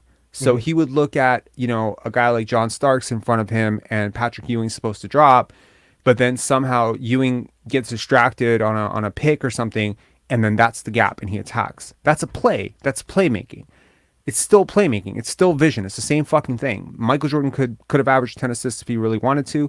Playmaking is playmaking. Vision is vision. I think there's really one player on this team who has clearly like vision, and that's Scottie. Everyone Yeah. else, like they shouldn't be running an offense. I'm kind of there. Jakob has some vision too. Of I course, can you see can't play Jakob him. makes You very can't play him when it quick. matters. Yeah, he has really good. But people who like overrate Pascal's passing or Fred's passing, like Fred, like very simple passes. Jakob sets Very a simple. pick, Fred had nine today. rolls, Fred had boom. nine today, and I wasn't overly impressed with any of them really. Right? There Hmm. isn't the Scotty Barnes pass where you're like, oh my god, Yeah. right? No, Scottie's passes are unexpected, and Fred's passes are very projectable. And Did so, you see like the? when Did you you see start this? facing good teams in the playoffs, it's going to be a lot harder for Fred VanVleet to create those same opportunities because the teams in the playoffs, generally speaking, are not going to have bigs as immobile as Nikola Vucevic, who are going to get lost on a simple Yeah, pick and yeah, roll with Jakob yeah. Poeltl. And there was this take the other day where someone was in the comments and they're just like, "My God, you're negative. We've just beat a team. Who cares if it's the Pistons?" It's like I care that it's the Pistons because Marvin Bagley and James Wiseman are not really NBA players that you should be measuring yourself up against. Killian Hayes is not an NBA player, period. So beating up on these teams, it's like, do you get excited like if you're a senior varsity team? Do you get excited beating up the junior varsity team? No, you're supposed to beat the junior varsity team. That's kind of how I feel about the We Raptors got versus the blown up by the Pistons. only Or good team. We got blown up by the only good team, the Cavs. Every other team we've beaten, we're not good, and we barely beat them. yeah, So far, it's not looking good. We're getting wins, but it's not looking good. yeah, Like it's bad. It's actually bad. yeah. Oh my God, is there someone in the chat saying that Pascal Siakam and Jason Tatum are similar? Yeah, I was. Oy, No offense. What are the two guys that called in first that haven't called in a while? Fa. Yeah, I love those guys, but the Pascal over AD thing, stop it. I disagree. Yeah, I agree with you. I I agree with you. watched I watched AD this weekend against Dallas. He had like 5 blocks. He like there are nights where like AD can play against Morant, Giannis, and be the best player on the court very easily on any given night. Like Oh yeah, the yeah, talent he gap can is be the best player on enormous. any given night. He can go toe to toe with anybody. Pascal, uh, it's possible, but it's an uphill battle. It's Like never he can possible for anchor. him to be Basically, like. is what I'm saying is this: AD is at his best if he's healthy. He's all NBA Do you think first Pascal team is on more defense. talented than LaMelo Ball? Do I think Pascal's more talented than Lamelo Ball? Uh-huh. No. Anthony Talent? Davis, No, no. Anthony Davis, Hell no. Karl Anthony Towns, Talent? No. Anthony Edwards, Hell no. In terms of um, talent, Anthony Edwards is like top Brandon 10. Ingram, Talent? No. Zion. No. That's exactly it. right? That's the point. That is the fucking point. You know, there are teams out there with like 2, 3 guys that are more talented than the guy that you're propping up as your top guy, and you're expecting us to buy that, you know, somehow this season. Look, I look down on this roster on paper, and I see a team that should be comfortably in the playoffs, but that has just insisted on playing this boneheaded, absolutely brain dead way of playing basketball this entire season. And look, I hope that they find it. I personally, I'm very happy that they are looking for and allowing Scottie to take over in fourth quarters. I like it. I like it because it's important for him to establish for himself who he is in this league. I was very happy to hear that he said to Brian that they could use me like Jokic. You know why? Because Jokic is the fucking MVP. I like that because I remember, you know, here's the thing. Scottie did an interview with Overtime Elite once. I think it was like 3 years ago or something. And they were just like, hey, you've drawn a lot of comparisons to Draymond, right? And even back then, I thought he was way better. Like, I thought he was going to be way better than Draymond Green. And I thought the comparisons were overblown, but he kind of just like accepted it. He's like, oh, I like that. It's a cool comparison. I like that, you know?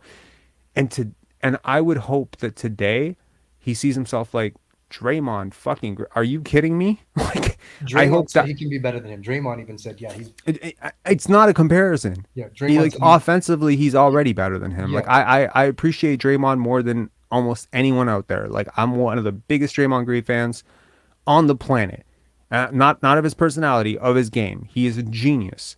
Also, He is a below the rim athlete. He is very inefficient around the paint. He cannot fucking shoot to save his life. no, he can't. His entire, you know, and I'm not saying that he's not very responsible. I think he's the second most responsible person for the Warriors dynasty after after Steph. I agree. Wow. I agree. I agree. But like this is And a he knows his completely different. limitations. He knows his limitations. He doesn't do does. what he can't do. Absolutely. He only gets So up about 6, 7 shots anyway. exactly, He because he does can't what he he's can't supposed to really do. he can't He really do doesn't more hurt than you. that. Yeah. But if you could take, you know, an Andre Iguodala, right? If you could take an Andre Iguodala, a Kawhi Leonard, a Draymond Green, and just sort of blend them all together into like one player, like god damn it, that player would be an MVP, right? Like you take the best qualities of all those guys. I don't think it's out of the question at all. I By the don't way, think it's out of the chat, question. some guys in the chat I think are confused. We're talking about talent, not who's a better player. Obviously, Pascal is a much better player than LaMelo Ball right now. But in terms of talent, we're talking about basketball talent. Talent, yes, of course. And I mean, you're We're also talking about comparing a talent. 21-year-old to a 28-year-old. Once again, we're comparing a 21-year-old to a 28-year-old. Yes, there's a gap in talent. And when we say talent, we're talking about vision. Yes. Like I think really we're talking about vision because really Pascal is talented in the sense that he can shoot shots and he has dribbles and counters. He's talented. But it's extremely mechanic. He's a very mechanical player. It looks fluid sometimes, but it's extremely predictable. It's extremely mechanical. Yes. I know exactly what move he's about to go into every time he does it. Now he just happens to be really quick, so he can get past guys.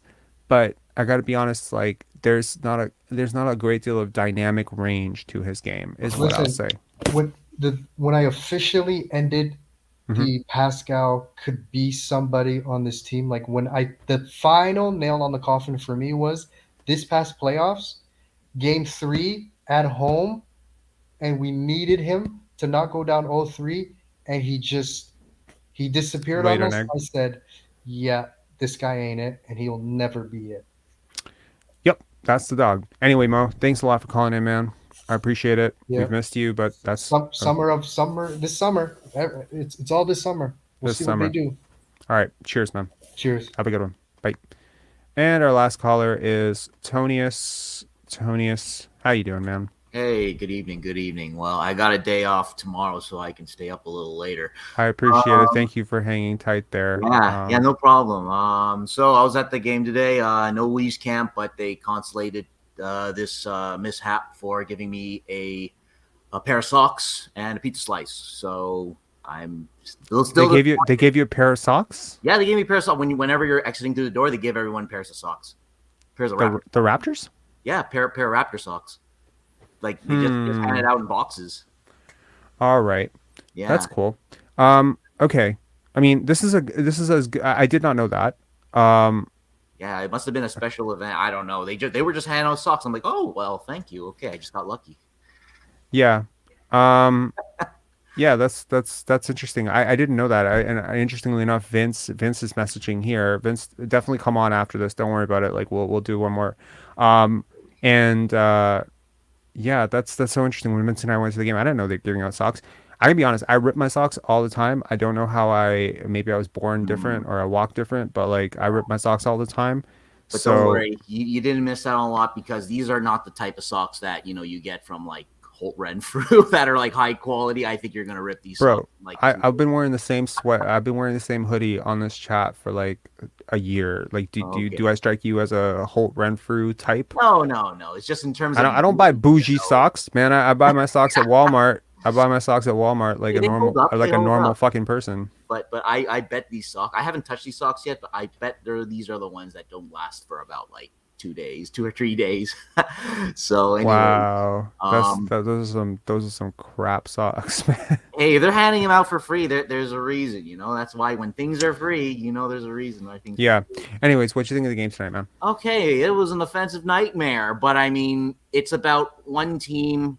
Oh, this is a tale of two teams that they are mediocre and they have just sold their futures for certain centers. But I mean, we had the more intangibly, with Jakob, we have the more intangibly defensive center that knows exactly kind of how to telegraph a defense. Wouldn't it be nice if Jakob Pertl could shoot like Nikola Vucevic? Jeez, well, he wouldn't have been only worth a first Chem's corpse and 2 seconds, right?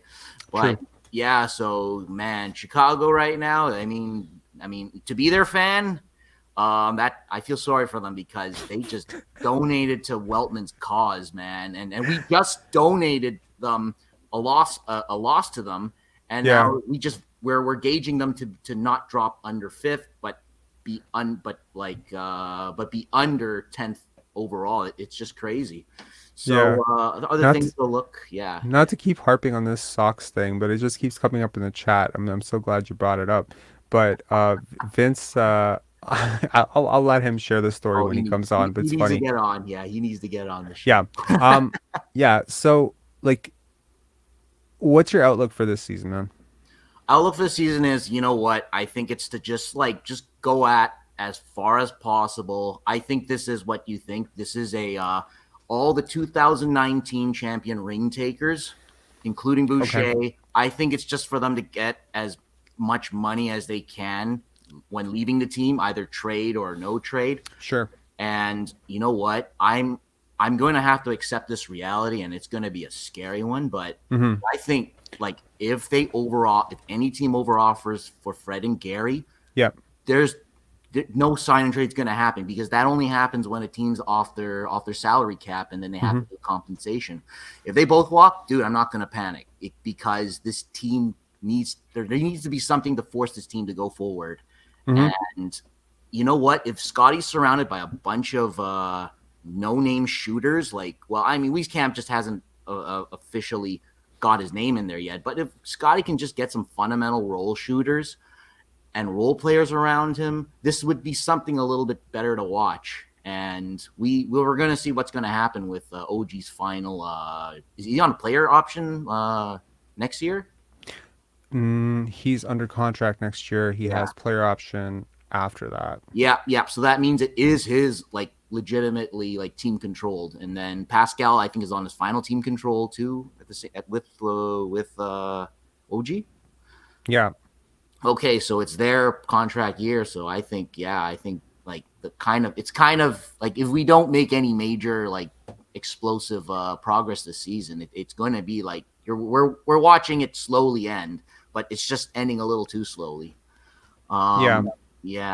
And then one takeaway in this game. Did you think we got so lucky that when DeMar got called for offensive foul, that was he sidestepped. He knew OG was coming, and then it wasn't center of impact, and then he got what was supposed to be an and one. But I don't know what happened, but we got lucky. I was yelling out "Oh no, nurse, what are you doing? That is totally not." And then it got reversed. I was like, "Wow, what the hell?" OG was moving. I saw it. Yeah. He was moving. I don't know how the hell that got called, but Yeah, DeMar Congratulations. sidestepped it, and that usually means like, yo, it wasn't a successful like draw of a charge, and yeah, I miss Yeah, Kyle. I miss Kyle. Demar's footwork is next level. Not It to is. just consistently nostalgically harp on watching the guy play basketball, but he is just so smooth.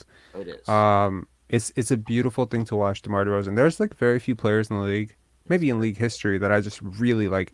Every time they play, I want to watch. yeah, DeMar's not quite there. He's close. Like yeah. him. Who else? Kyrie. Mhm. I used to really feel this way about Paul Pierce, even though I didn't like Paul Pierce very much. There was some sort of tactical, angles, and like it was really cool to watch him. Arvydas Sabonis, I used to feel that way about Arvydas, just like brilliant watching him play. Um, yeah, there's just certain guys that are just masters of the craft, like in terms of basketball. Kobe, obviously, Jason Tatum. There's like so many, and it's just fun to watch them. Someone saying Kobe footwork. Yeah, for sure, man. Like Kobe's footwork, it's just incredible to watch these guys because it's such a precise. It's a precision. It's like watching an artist. It's beautiful to watch.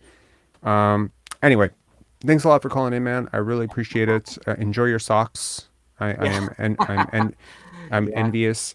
No, I'm not envious. I'm not envious of your free socks. Your garbage socks. I'm Yeah, just yeah, kidding. yeah. Let's call it Yeah, as it is. Just like yeah. our undetermined future. You know what? What can really turn this weird thing around is whoever shows up on our 2023 pick. If he becomes the next reincarnation of Ray Allen, then we absolutely just got so lucky there. Who? And don't we have a chance to pick something at the first round for the 2023 draft, right? Yeah, I mean, you Yeah, could potentially get a top 15, top right. 16. Who knows? If you Yeah. make the plan. I don't know Hmm. how that works. Like, so if you're 10th, I'm gonna check. Like, I want to do I want to dig into the brief history of the play-in, and I want Hmm. to see like what has happened, which teams consistently are doing better. It's been happening for 2 years now, right? Hmm. Like the play-in's been around for 2 years now, and I want to see like how often in those do or die games, because the dynamic of 7 games versus 1 game do or die is Hmm. so different. Yes, it is. Um, yeah, so I would be very curious. Also, Yoni, this content, no way you watch the bonus. I disagree, man. The Portland Trailblazers were my favorite team, one of my favorite teams. Yeah, Portland even with the Trailblazers, bonus. don't kill me. New York Knicks and Portland Trailblazers were my favorite team, and Arvydas Sabonis was per minute at the time, at least, one of the biggest stars in the NBA. Even though he came over a shell of himself. And my dad told me all sorts of stories about watching Arvydas on television and watching him even live in Europe. And my dad was a very big fan of Arvydas Sabonis, so I became a very big fan of Arvydas Sabonis. With you on that. Um, Alan Houston. Oh, fun fact! I actually have an actual NBA basketball autographed by Alan Houston.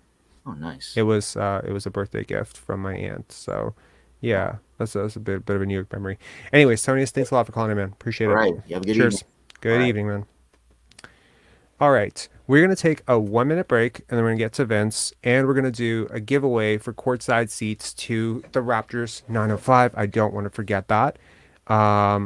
So just give us a minute. I'll be right back.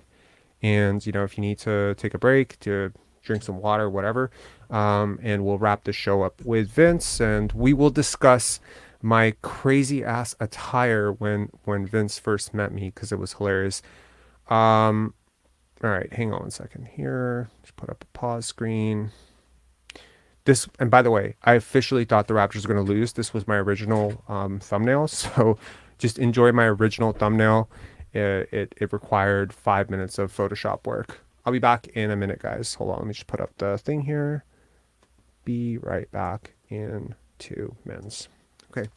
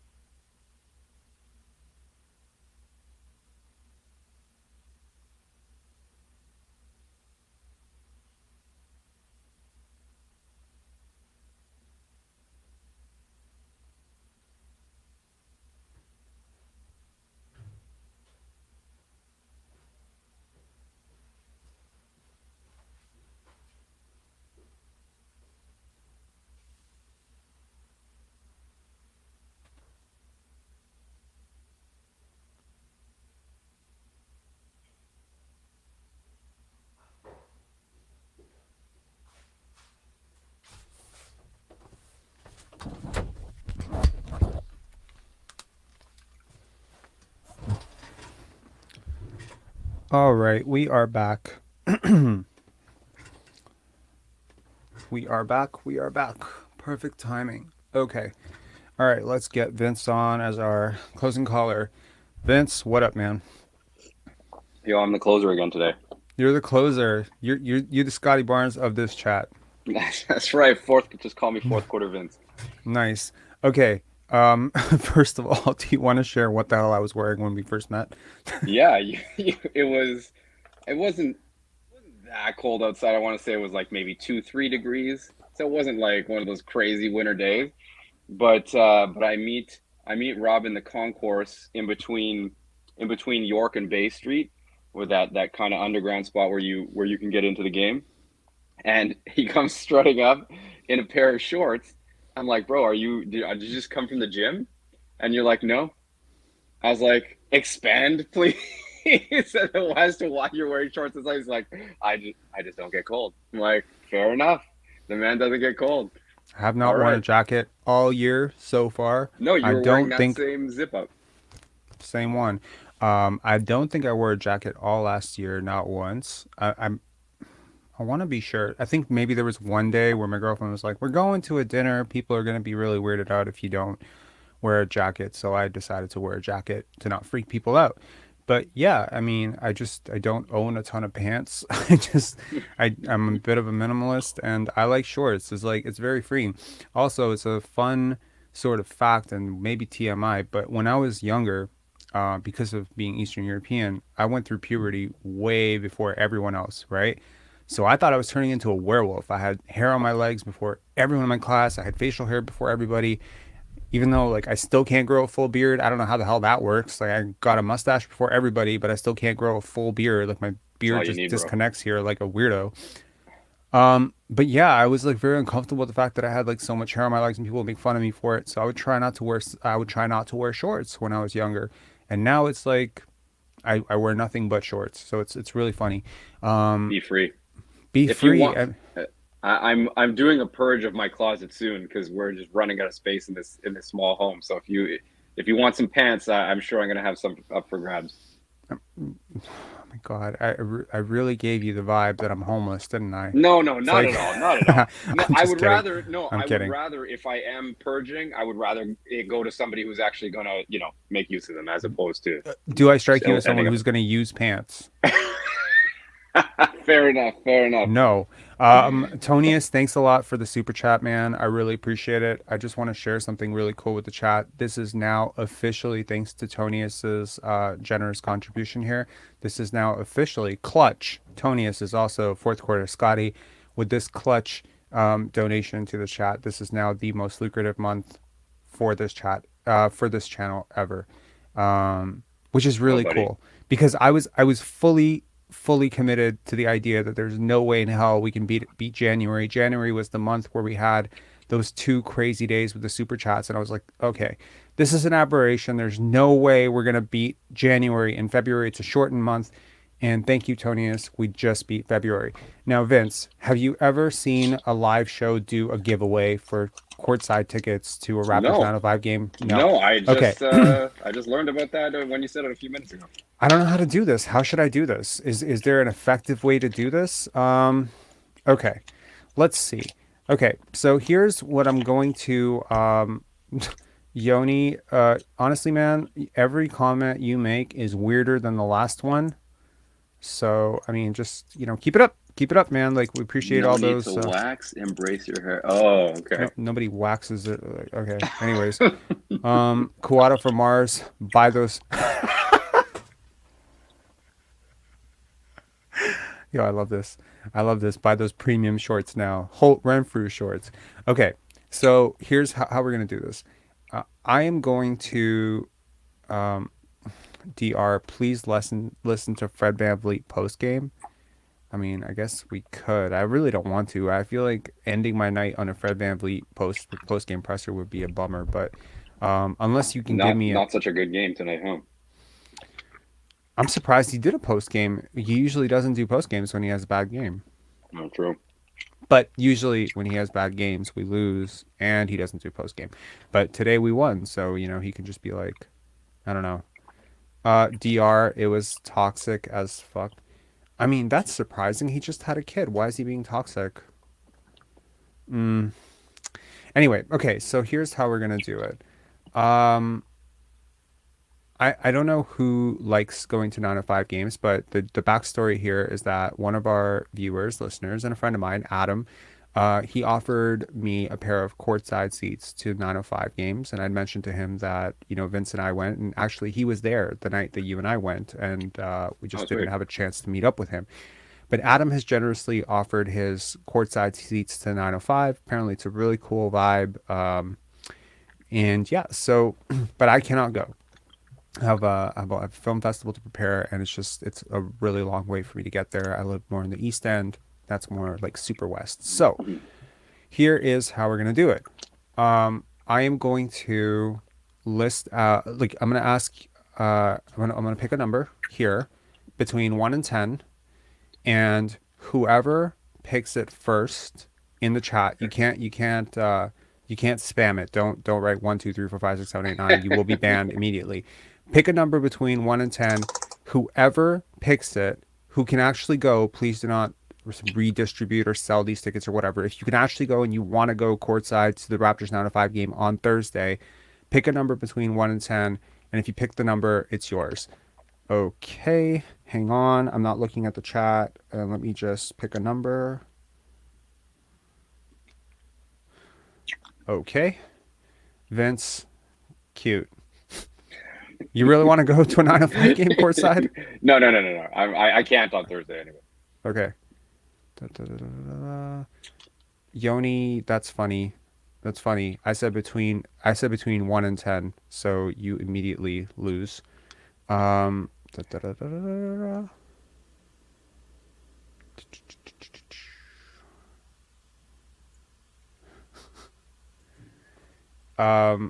hang on. Let me just make Come sure. on, we're that the it has- ones. It's got to be ones. Everyone has been said.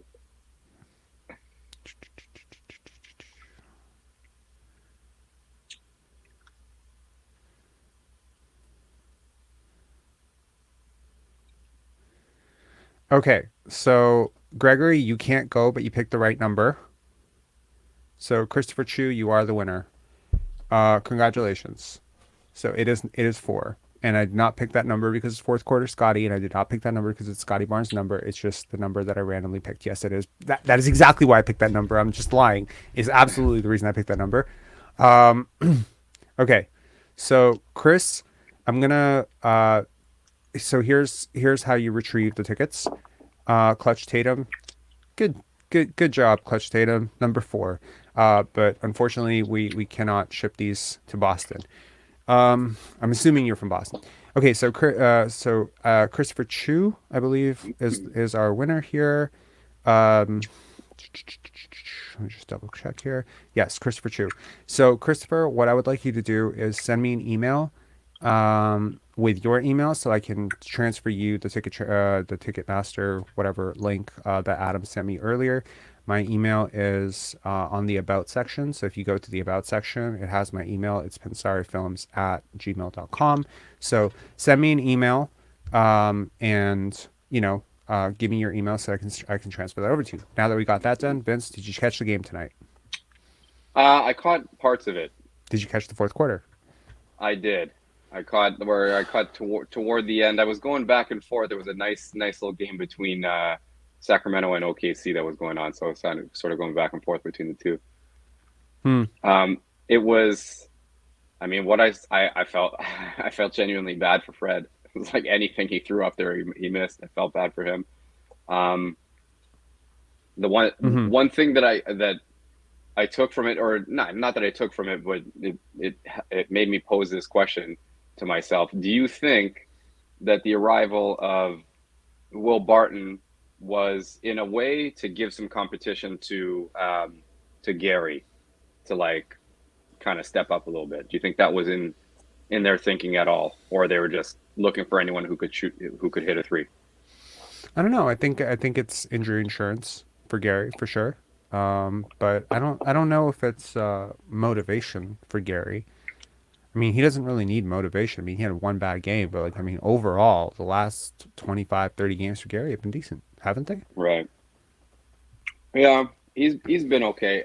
Last game, I think he was pretty dreadful, eh? Actually, the game that we were at, was he any good? I can't even remember. He hit the Um, clutch. He hit the clutch shot at the end to hmm. seal it. He hit the dagger, but I feel like he did not have a great game overall. Yeah. No, I agree. Um, I don't know. Um, I think he is what he is. I mentioned it before. Like um, he takes bad shots. He has a 3 for 20 night, or 3 for 17 night, and he'll have a 12 for 13, 12 for 14 night. You know, it happens. Or he has not Right. gonna have a 12 for 13 night, but like a 12 for 16 or a 12 for 17 night where he's just lights out in fuego, right? So I Right. think that's just sort of the, it's sort of it is the breaks with him. I just want to make sure, Christopher Chu, can you just confirm you said next person who said four? Does that mean you can't go? Because if you can't go, then Jared Melendez wins. So just confirm. Jared Melendez was next. I'm in Hong Kong. Oh, God damn it. Okay, Christopher Chu. God damn it. I happen to I think I knew that you were not from here because I think you'd mentioned before the Hong Kong time, etc. Oh my God. Master Quigus. Unsubscribing? Why? I'm cheesed. I need to figure out what the hell is going on with this chat. It's just weird. He, Um, I think he really wanted those tickets. he said one. He said 10. Okay. Well, cool. Anyway, um, cool. So Jared Melendez, same thing. Email away, and if I don't hear from you, then I'm gonna have to like put up a community post or something tomorrow because I don't want these tickets to go to waste. They are courtside seats, and Raptors 905. It's fun to watch, man. It's basketball. It's good basketball, and who knows? Maybe Delano Benton plays. Um, yeah, I mean, I don't know what the hell the direction of this team is, but I can tell you that losing to the Chicago Bulls would have pretty much put a damper on like my mood for like the next 2 days because like this is Really? a must win. Like it's Oh so clear. man. Like the Bulls have been winning. Like they've been winning. Like they've been winning by a lot. So like they're turning a corner on the season. They've clearly got a bit of a talent edge on you. I think Zach LaVine, DeMar DeRozan, and Nikola Vucevic is like quite a lot of talent. Patrick Williams, like there's a lot of talent on that team. It hasn't quite come together. It feels like watching the Bulls and the Raptors, they're very similar teams. They're So many ways. Yeah, they're definitely. I mean, I'm still kind of low key rooting against the Raptors. Like, I don't want to come across as a shitty fan. But I don't know. I just look at. So you look at the Utah Jazz. They just lost to the San Antonio Spurs tonight, Mm-hmm. right? So they started off like on like a great run. They were a feel good story. Traded away their players, but got these like young, exciting pieces back. Got Walker Mm-hmm. Kessler, who is like the immediate replacement for Rudy Gobert, Yeah. and then they did what they had to do. You know what I mean? They got rid of the players they needed to get rid of. They kept their core, and now they're losing, and they're and like part of me yearns for that strategy to have happened to the Raptors, and I'm still a little bit bummed about that. I hope people don't think I'm a shitty fan for that. Who cares what But people I just think? don't see the. This is the same people that think Fred VanVleet is better than Kyrie Irving. Do you really care what these people think? I'm gonna be Right. honest. Like, what the fuck? Who cares? I think that's the most liberating and most awesome part about this year for me so far is I used to pretend I didn't care what people thought, but then maybe deep down, like it kind of still bothered me. I genuinely don't care what people think now. It's pretty liberating. It's awesome. Preach, my friend. Um, I think it's about subconscious alignment. Like every time you do something that like damages your self esteem or your relationship with yourself, like you immediately start to feel like you need an external validation because you cannot validate yourself Sure. anymore. But if you live, I think if you live like a life of holistic integrity, like sort of like a clear life, like where your actions, your integrity, everything matches, you tell the truth, you Sure. speak your mind, you're not like muting, you're not talking shit about one person to another person, whatever. You're not doing all these Sure. things that kind of break your spirit and your soul, and you're always aligned with your purpose. I think the chips kind of just fall.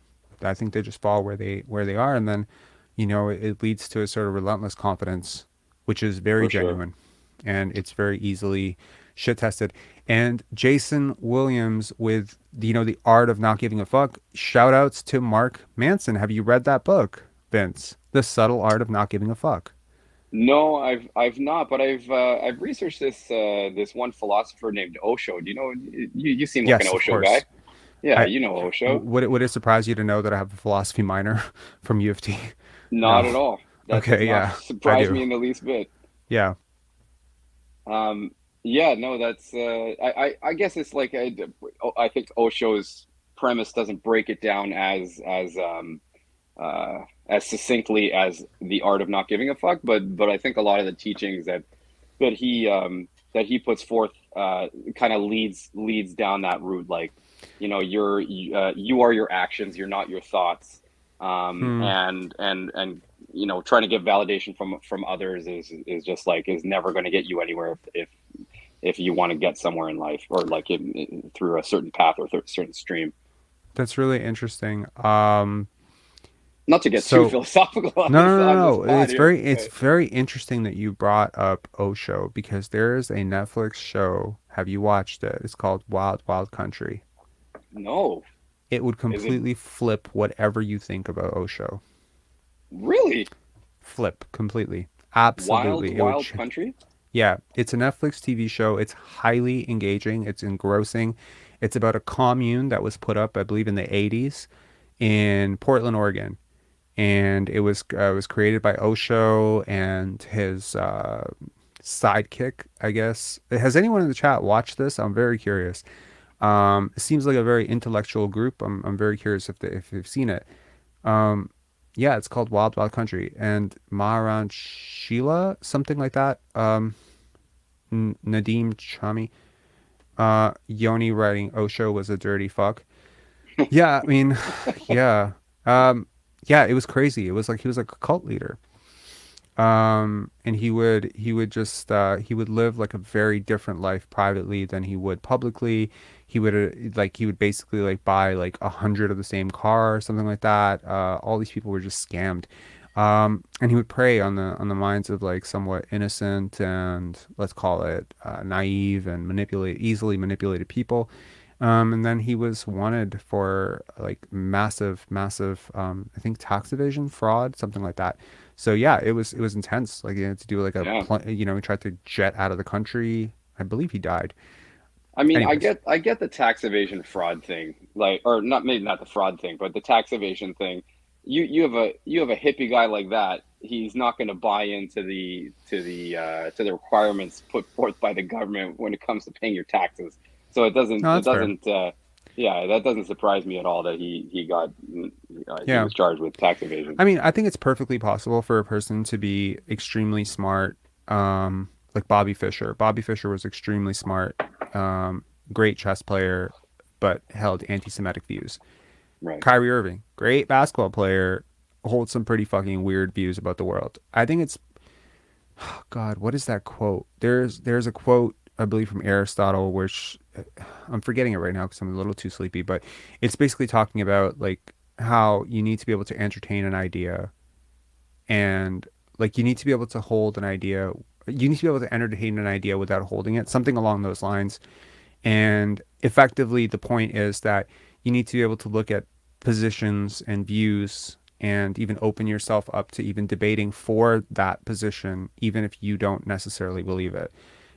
And I think it's just a great way to learn, you know? That's That's interesting. actually Yeah, why I for did sure. that video about like, what if the Raptors are on the right track? I wanted to make that video, not because I'm trying to create positive content, because I really wanted to understand the views of the individual who spams my comments section every fucking day. Pascal Siakam is a superstar. You don't know what you're talking about, Rob. You know, like I want to understand what this person is looking at. What are they thinking? You know, like what are they seeing that I'm not seeing, and why do they feel about basketball that way? You know, because clearly they're not. They believe this. You know, Right. so it's interesting. It's interesting to do that. But I think like too many people like in today's society, it's like, you know, like even the guy Andrew Tate, right? Like I'm deeply curious to understand him. I want to understand why he thinks the way he thinks. I want to understand why his followers follow him or believe what he thinks, you know, is right. I want to understand the mindset of this person. I don't agree with it. I don't condone it or whatever, but I want to understand it. I'll still listen to it. It's Yeah. important. Andrew Tate is he's an interesting fellow, that guy. When you say interesting, is that code for fucked? I mean, yeah, it's a nice way of saying like messed up, like that guy. So the whole I think the whole notion behind Osho's teaching is to get away from your ego. Your ego is what's evil. Like in terms of Sure. you know, heaven and hell. Ego is hell. The ego is the devil, right? Like you stay away from that at all costs. And all Right. that guy is 100% pure ego. He's admitted to like nonsense things, like he only he in social situations where there's no alcohol or whatever, he'll only drink carbonated water because it's more bougie or what. Like he says this exact, like in different words. I can't remember the exact terms he used, but it's like it's Mm-hmm. the rich man's drink, right? So dude, Carbonated water. right, it's like instead of drinking regular water, because that's like the poor man's drink is regular water, right? Andrew Tate should be sponsored by SodaStream. Yeah, totally, Nice. totally. Um, yeah, Yeah, that's that guy's interesting. that I guy's mean, a look, I hundred think, percent ego. like personally, as a content creator, I think, you know, to people who agree with me, disagree with me, whatever, I think it is so much more relevant, and I respect the content creators so much more for making an impression than not making an impression, regardless of whether they made a good impression, bad impression, whether they're controversial, not controversial. They're completely stupid, and they're so stupid that it's like it's popular because they're so stupid. You know, Yeah, like yeah, they're so airheaded or like they're so ditzy or whatever that it's like everyone's talking about them or whatever. It's a talent. It's a talent to be able to catch eyeballs. You have any idea the attention span of the average person, the average consumer on YouTube? Like it's like fucking it's like goldfish. You know, you're it's right. trying to appeal to It's true. goldfish right now. So to be able to hold That someone's yeah, attention for like 20, 30 minutes is a fucking talent. To be able to, you know, to inspire a following, like Jordan Peterson is a great example of someone who's made a lot of sense and talked a lot of shit, like talked a lot of nonsense. I believe in the whole make your bed, you know, own up for your life. A lot of the stuff he says makes a lot of sense, but then there's a lot of stuff that he says that I'm just like, what the fuck, you know, like bro, let it be. I have a pretty balanced view. I think socially, I would say I'm pretty centered. You know, I don't hate anybody on the right. I don't hate anybody on the left. You don't see me like hating Trump. You don't see me supporting Trump. I'm kind of like indifferent to it all. I don't hate people. I kind of hate what people do. I don't spend my energy hating people. I can dissect and say, okay, well, you know, grab him by the pussy. That was fucked up. Like, don't say that. You know what I mean? I think everyone's bad and good. You know, I don't think anyone's all bad. I don't think anyone's all good. I think most people are just checkered and gray. You know, and I think like nowadays we kind of get social status from who do you hate? Do you hate who I hate? Well, now we can be friends. It's like what a fucked up what a fucked up relationship that's gonna be. Oh, we both hate Jordan Peterson, so we can be friends. Oh, we right. both hate, you know, so and so we can be friends. It's just weird. I don't necessarily agree with that. Yeah. Um, I just posted a video if anyone's interested in there. Jordan Peterson, like I definitely have taken a few deep dives into some of this the stuff that he's said, and a lot of it is definitely thought provoking. He's a bit of a, you know, I don't know. He's got that same sense of ego driven nature.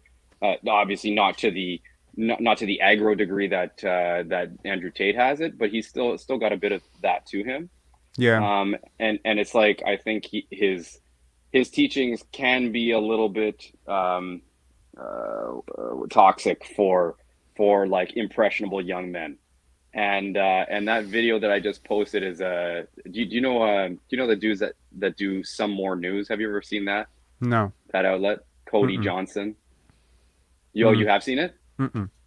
Oh, okay. Yeah, check out his stuff. It's essentially like news with a very left leaning skew, Uh-huh. and funny, right? Okay. So it's kind of like if you're into the Jon Stewart, I am. I love Jon Stewart. I think he's fantastic. He's a fantastic yeah, comedian.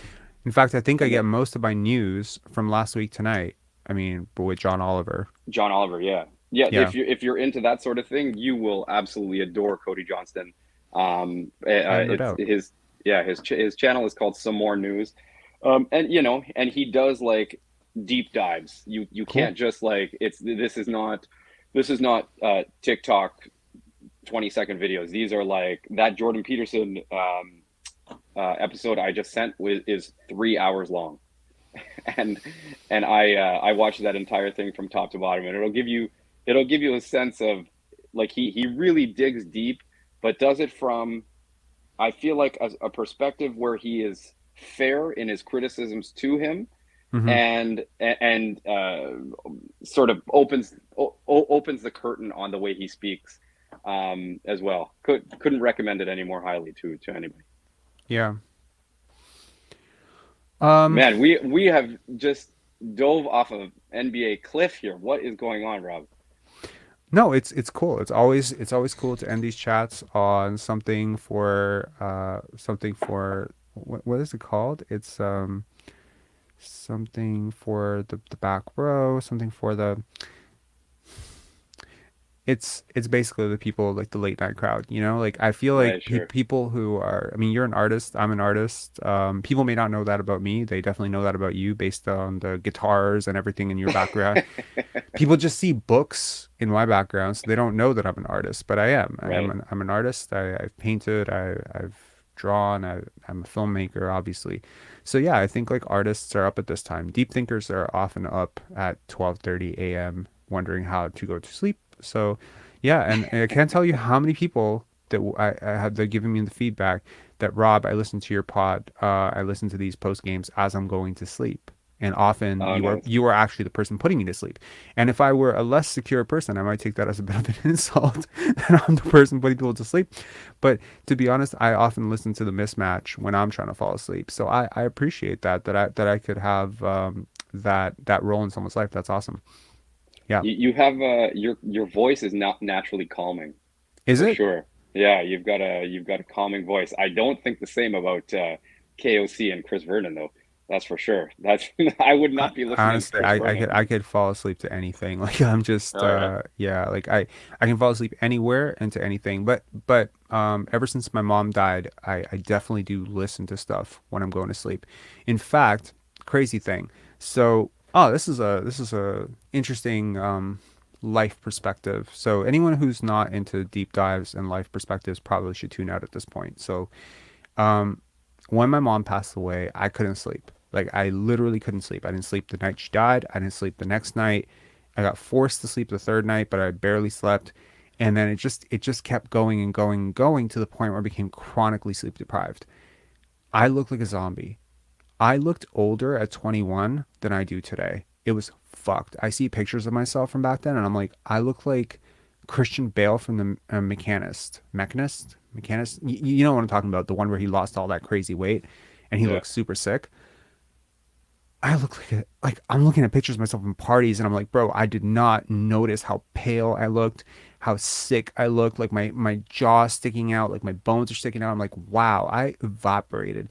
My When my mom died, I was 178 pounds. Like within 3 months, I was 139 pounds, 139, Wow. 140 pounds. It was crazy. Jesus, dude. I evaporated. Um, and someone sent me comedy, and they're like, "Why don't you try listening to this? It's light. Maybe it'll help you fall asleep."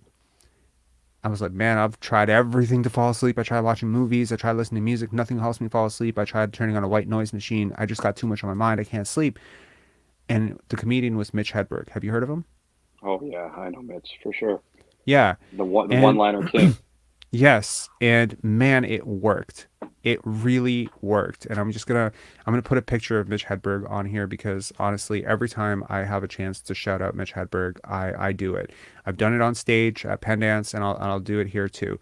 This guy is a he's a comic genius. He was a comic genius, and for weeks and weeks, this was the only person who could put me to sleep every single night, like without fail. I watched him, I listened to him, and I would fall asleep. And I thought, wow, this is amazing. Like finally, someone putting me to sleep.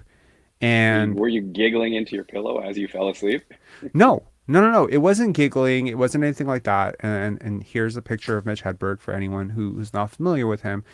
And every single night he would put me to sleep. And I got to tell you, after about, I want to say 6.5 months after my mom passed away December 15th, 2008. So I want to say around June-ish, June 2009, started to get my shit back together, started going back to work. I started to, like start to feel a little bit better, started putting on a little bit of weight, cooking for myself again. I was like, again, I was orphaned at 20. So it was crazy for me, And I messaged my friend Monica and I was like, yo, I know you're into the comedy circuits. I know that you're doing all this comedy promotion stuff. You need to tell me when Mitch Hedberg comes into town so that I can thank this guy in person. I want to meet this man. I will do whatever it takes in the world to meet this man to say thank you for saving my life. And the craziest shit was, she said, Rob, I have no idea how to tell you this. Mitch Hedberg died a few years ago. Right. Yeah. It is such He was a taken way too weird, young. it's a weird thing to know that someone saved your life after they had already lost theirs. Posthumously? Yes. That's wicked. Yeah. And it was that day that I realized that I need to do something in this world. That even after I'm gone, something I've done can continuously change lives. The other day, the aforementioned Adam, Adam's a director that I work with, and I've directed him as an actor. And he came over and I showed him my first feature, which I have never shown anyone apart from my girlfriend and maybe like my editor, like nobody else. And he's and he was over to just sort of download some of his footage, and we were porting something from a hard drive, and he's watching this. And it's a deep film. It's about the nature of heaven and hell, and I think you'd be sort of into it. And he he had a very strong reaction to the end. I don't want to like say what happened, but like he had a very strong reaction to the end. And I was just like, yes, this is a film. There's so many films like that. There's so many music tracks. I think about like how like the world is constantly impacting the rest of the world. And it's like, I am less alive today than Martin Luther King. You are less alive today than Martin Luther King. Because Martin Luther King changed more lives today than you or I did. Right. I would argue that Martin Luther King changes more lives every single day than I will in my entire life. That's crazy to me. And that is sort of like the spiritual energy of a life well lived and a life maybe publicly lived, right? But then I also thought about it from the perspective of, after my mom died, like, where's the peace? And to anyone out there who's lost somebody, and I know a lot of people lost people around COVID times, the piece of advice that I always give to people who lose somebody is bottle up something about that person that they really cherished, like something that mattered to them, and do it for other people. Do for other people what they used to do for you. And every time you do for others what this person who's passed, who you're missing, did for you, that person will live 1 minute at a time through you. Like, for instance, like if someone, passed away who's like a great cook and they always made people's days with like the best mashed potatoes, learn how to make those mashed potatoes and then make them for everybody who loves mashed potatoes. And every single time you see the satisfaction on people's faces, they eat those mashed potatoes, you'll know it's your Aunt Leona. You know what I mean? So it's like that sort of like paying it forward. And I think that's the best way that I have found to grieve after my parents passing. But yeah, so That's Mitch great, Hedberg. man. Thanks for sharing that, man. That's I didn't know that about you. I didn't know that you lost your mom, and that's You those don't know that? very Okay. wise words. Yeah, I lost 217 both my people parents. Yeah. Oh, your dad too. Shit, man. I'm so sorry Yeah. to hear that. Yeah. I lost my dad when I was before I turned 13. So yeah, it was like it was like seriously orphaned at like 20. Like it's Sure. crazy. But yeah, Yeah, like man. I hope that uh someone just said give the world Rob than Rob Andrew than Tate. Andrew. Yeah. Instead of Yeah. Andrew Tate. I think that's what he meant. Yeah. And Leanne saying loved him. I guess that was in reference to Mitch Hedberg. Yeah. To anyone out there who like really just loves one-liner comedy that you don't what's your favorite Mitch Hedberg joke? Do you have one? Uh, you know what? I used to have one in the bank. I can't remember. I can't Party of remember two? any anymore. Dufresne And party of two? also, The dinner what's that? party? Is it the dinner party one? I Do you know don't that know one? what. No, tell it. Okay, I'm gonna butcher it. I wish I could just pull up his clip and just download it. I'm gonna do that. I'm gonna see. Maybe I get copyright strike. I don't care. Like to give people a laugh at the end of the night. That'll be worth it. I'm not gonna butcher Sure. Mitch Hedberg's joke. I'm gonna allow him to tell his own joke. But Oh anyways, yeah, yeah. yeah. I mean, this is so not Raptors related, right? That's okay. Mitch Hedberg was a G. I plus I also get his jokes mixed up with Stephen Wright sometimes because they were both like those are like the two preeminent one-liner joke writers. Mm-hmm. Um, so I wouldn't know who I was quoting. No, that's fair. Yeah. I who did you say? Stephen Wright. I don't think I know Stephen Wright. Oh yeah. I Hmm. mean, if you're into one-liner comedy, he's another OG for sure. Is he? I feel like Mitch Who's your may have like who are your other favorite comedians? I'm curious. okay. I love what's that guy? Tom Segura. I'm a big fan. I'm not just Love him. listing in order, Yeah, but like I got Tom to see John Segura. Mulaney live, Oh, I love Mulaney and for I sure. got to see Nate Bargatze live. Those that's like honestly bucket list of the year. I got to see a Raptors game within 3 rows of press row. Thank you very much, Vince. You And know I it. got to You see know it. Stromae. I got to see Stromae live from the front row. I was literally there was like 1 row of people ahead of us. We got there super early. There was no like seating, so it was like we were standing, and it was amazing to see Stromae live. Got to see John Mulaney live and Nate Bargatze live. That's all Nice, like within the last 4 months. That's crazy. This is like one of the nice. best 4 month periods of my life. I'm so excited. Um, I was a big fan. Like I mean, before the all the shit, before he started jacking off in front of everybody, Louis C.K. was hilarious. Louis Um, C.K. was funny, yeah, for sure. and let me see who else. Like, well, obviously, I've seen Dave live, and Who? I've seen Dave Chappelle. Da- oh my God, that's the guy. We cheaped out. We cheaped out on tickets for him, and honestly, I regret it so much. I regret it so much. Actually, his show that he did here, I want to say it was like 6, 7, 8 years back, something like that. He And it did was at one the recently, man. He did one this year. oh shit, I didn't even know about that. Yes, Damn, too bad. I got to see Kevin Hart. That was up there on my bucket Oh, list in nice. terms of like that was 3 years ago at the Scotiabank Center, or I guess it was Air Canada Center back then. But seeing Dave Chappelle live at some point is definitely going to be, yeah, like someone saying Zeke saying he's the GOAT. Yeah, for sure, man, he's the Yeah, GOAT. he's very good. And somebody else, Sean Stevenson, Andrew Schultz is that dude is Oh, he's hilarious as well. so good. Did you watch his special?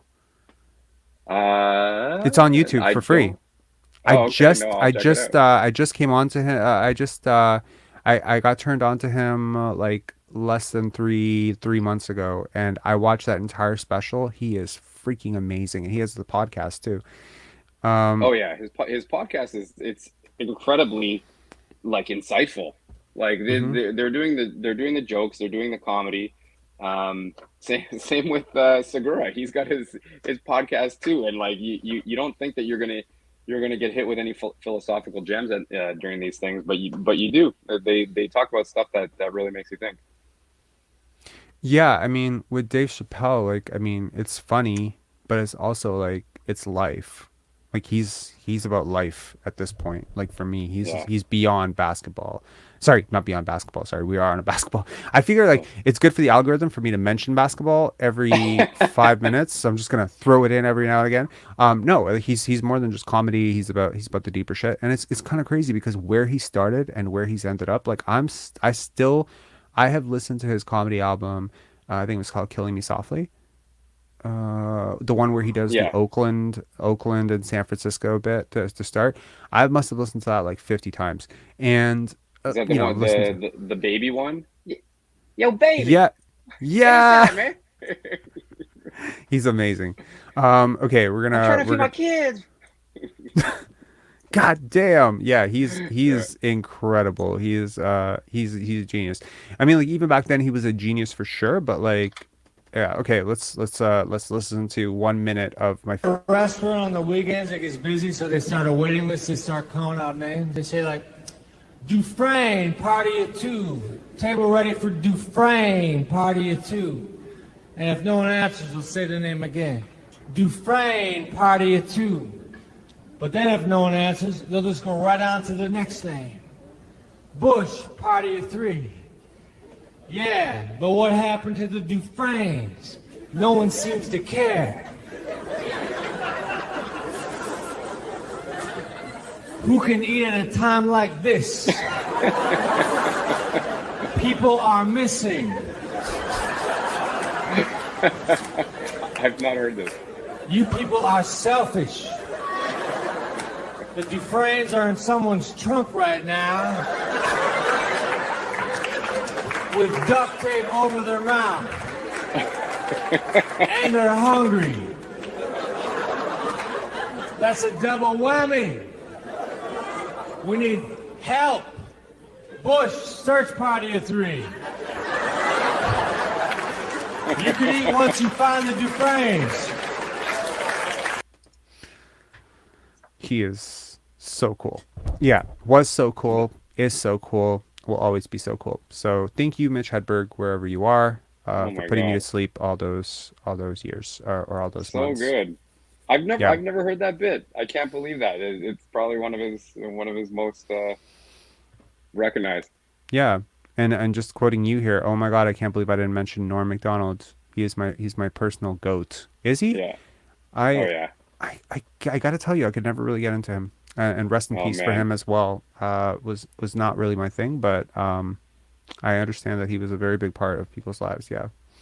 Yeah, he's one of those guys that kind of carried the tradition of like the old school comedian, right? And like I'm in my 40s, so I actually know a bunch of that stuff. Like I couldn't, you know, I didn't watch a lot of Benny Hill, but I saw some of that stuff, you know. So like the Right. old shit back in the day, like Benny Hill, Johnny Carson, and like my uncles and stuff would watch that stuff. So it was like kind of in Mm, my periphery to some right. degree. So like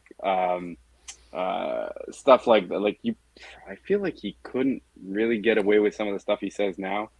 Uh, or I It said seems back to be the then, it case. wouldn't Like, be.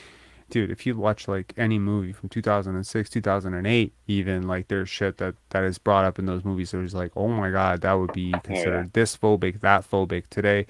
oh yeah, Um, I get it, yeah. The Um, Eddie Murphy had an um, incredibly popular comedy routine called Delirious. Did you ever watch that? one of my all-time favorites. Richard Yeah. Pryor, Eddie Murphy, Oh and yeah. Dave Chappelle is my, like I'm always curious about who I put fourth, right? Because Yeah. like when people talk about Mount Rushmores, they always talk in fours, right? And Right. people talk pantheons, I guess they're talking in fives, right? So Sure. people don't want to hear your top three, I guess. But three, four, five, that seems to be it. I'm always curious like who my fourth would be in that. And I mean, yeah, but those are my three. Those are my three for sure. Richard Pryor, Eddie Murphy, Dave Chappelle for sure. Um, who is I four? mean, it's you just gave like that was like the natural order of black comedy that went from the 70s to the 80s. I don't even think it's black comedy. I think it's just Oh no, I comedy just meant personally. I should have said just black comedians. right? But still but accessible to everyone. it is interesting, you know. I remember being in New York in the 90s, right? And there was a very uncomfortable conversation that I had with somebody. I think I was like 7 or 8 years old, and they were, how shall we put this, from a mentality of a time from the 60s, and they grew up in a certain way in the, you know, in the South, and they had Sure, some very extremely toxic views about black people, sure. and they talked about Michael Jordan so glowingly, and it just felt like cheering for Michael Jordan melted their racism away like 1%. Right, You know, right. so much of it's very hard, in my opinion, to like if you dislike people from Armenia, for instance, right?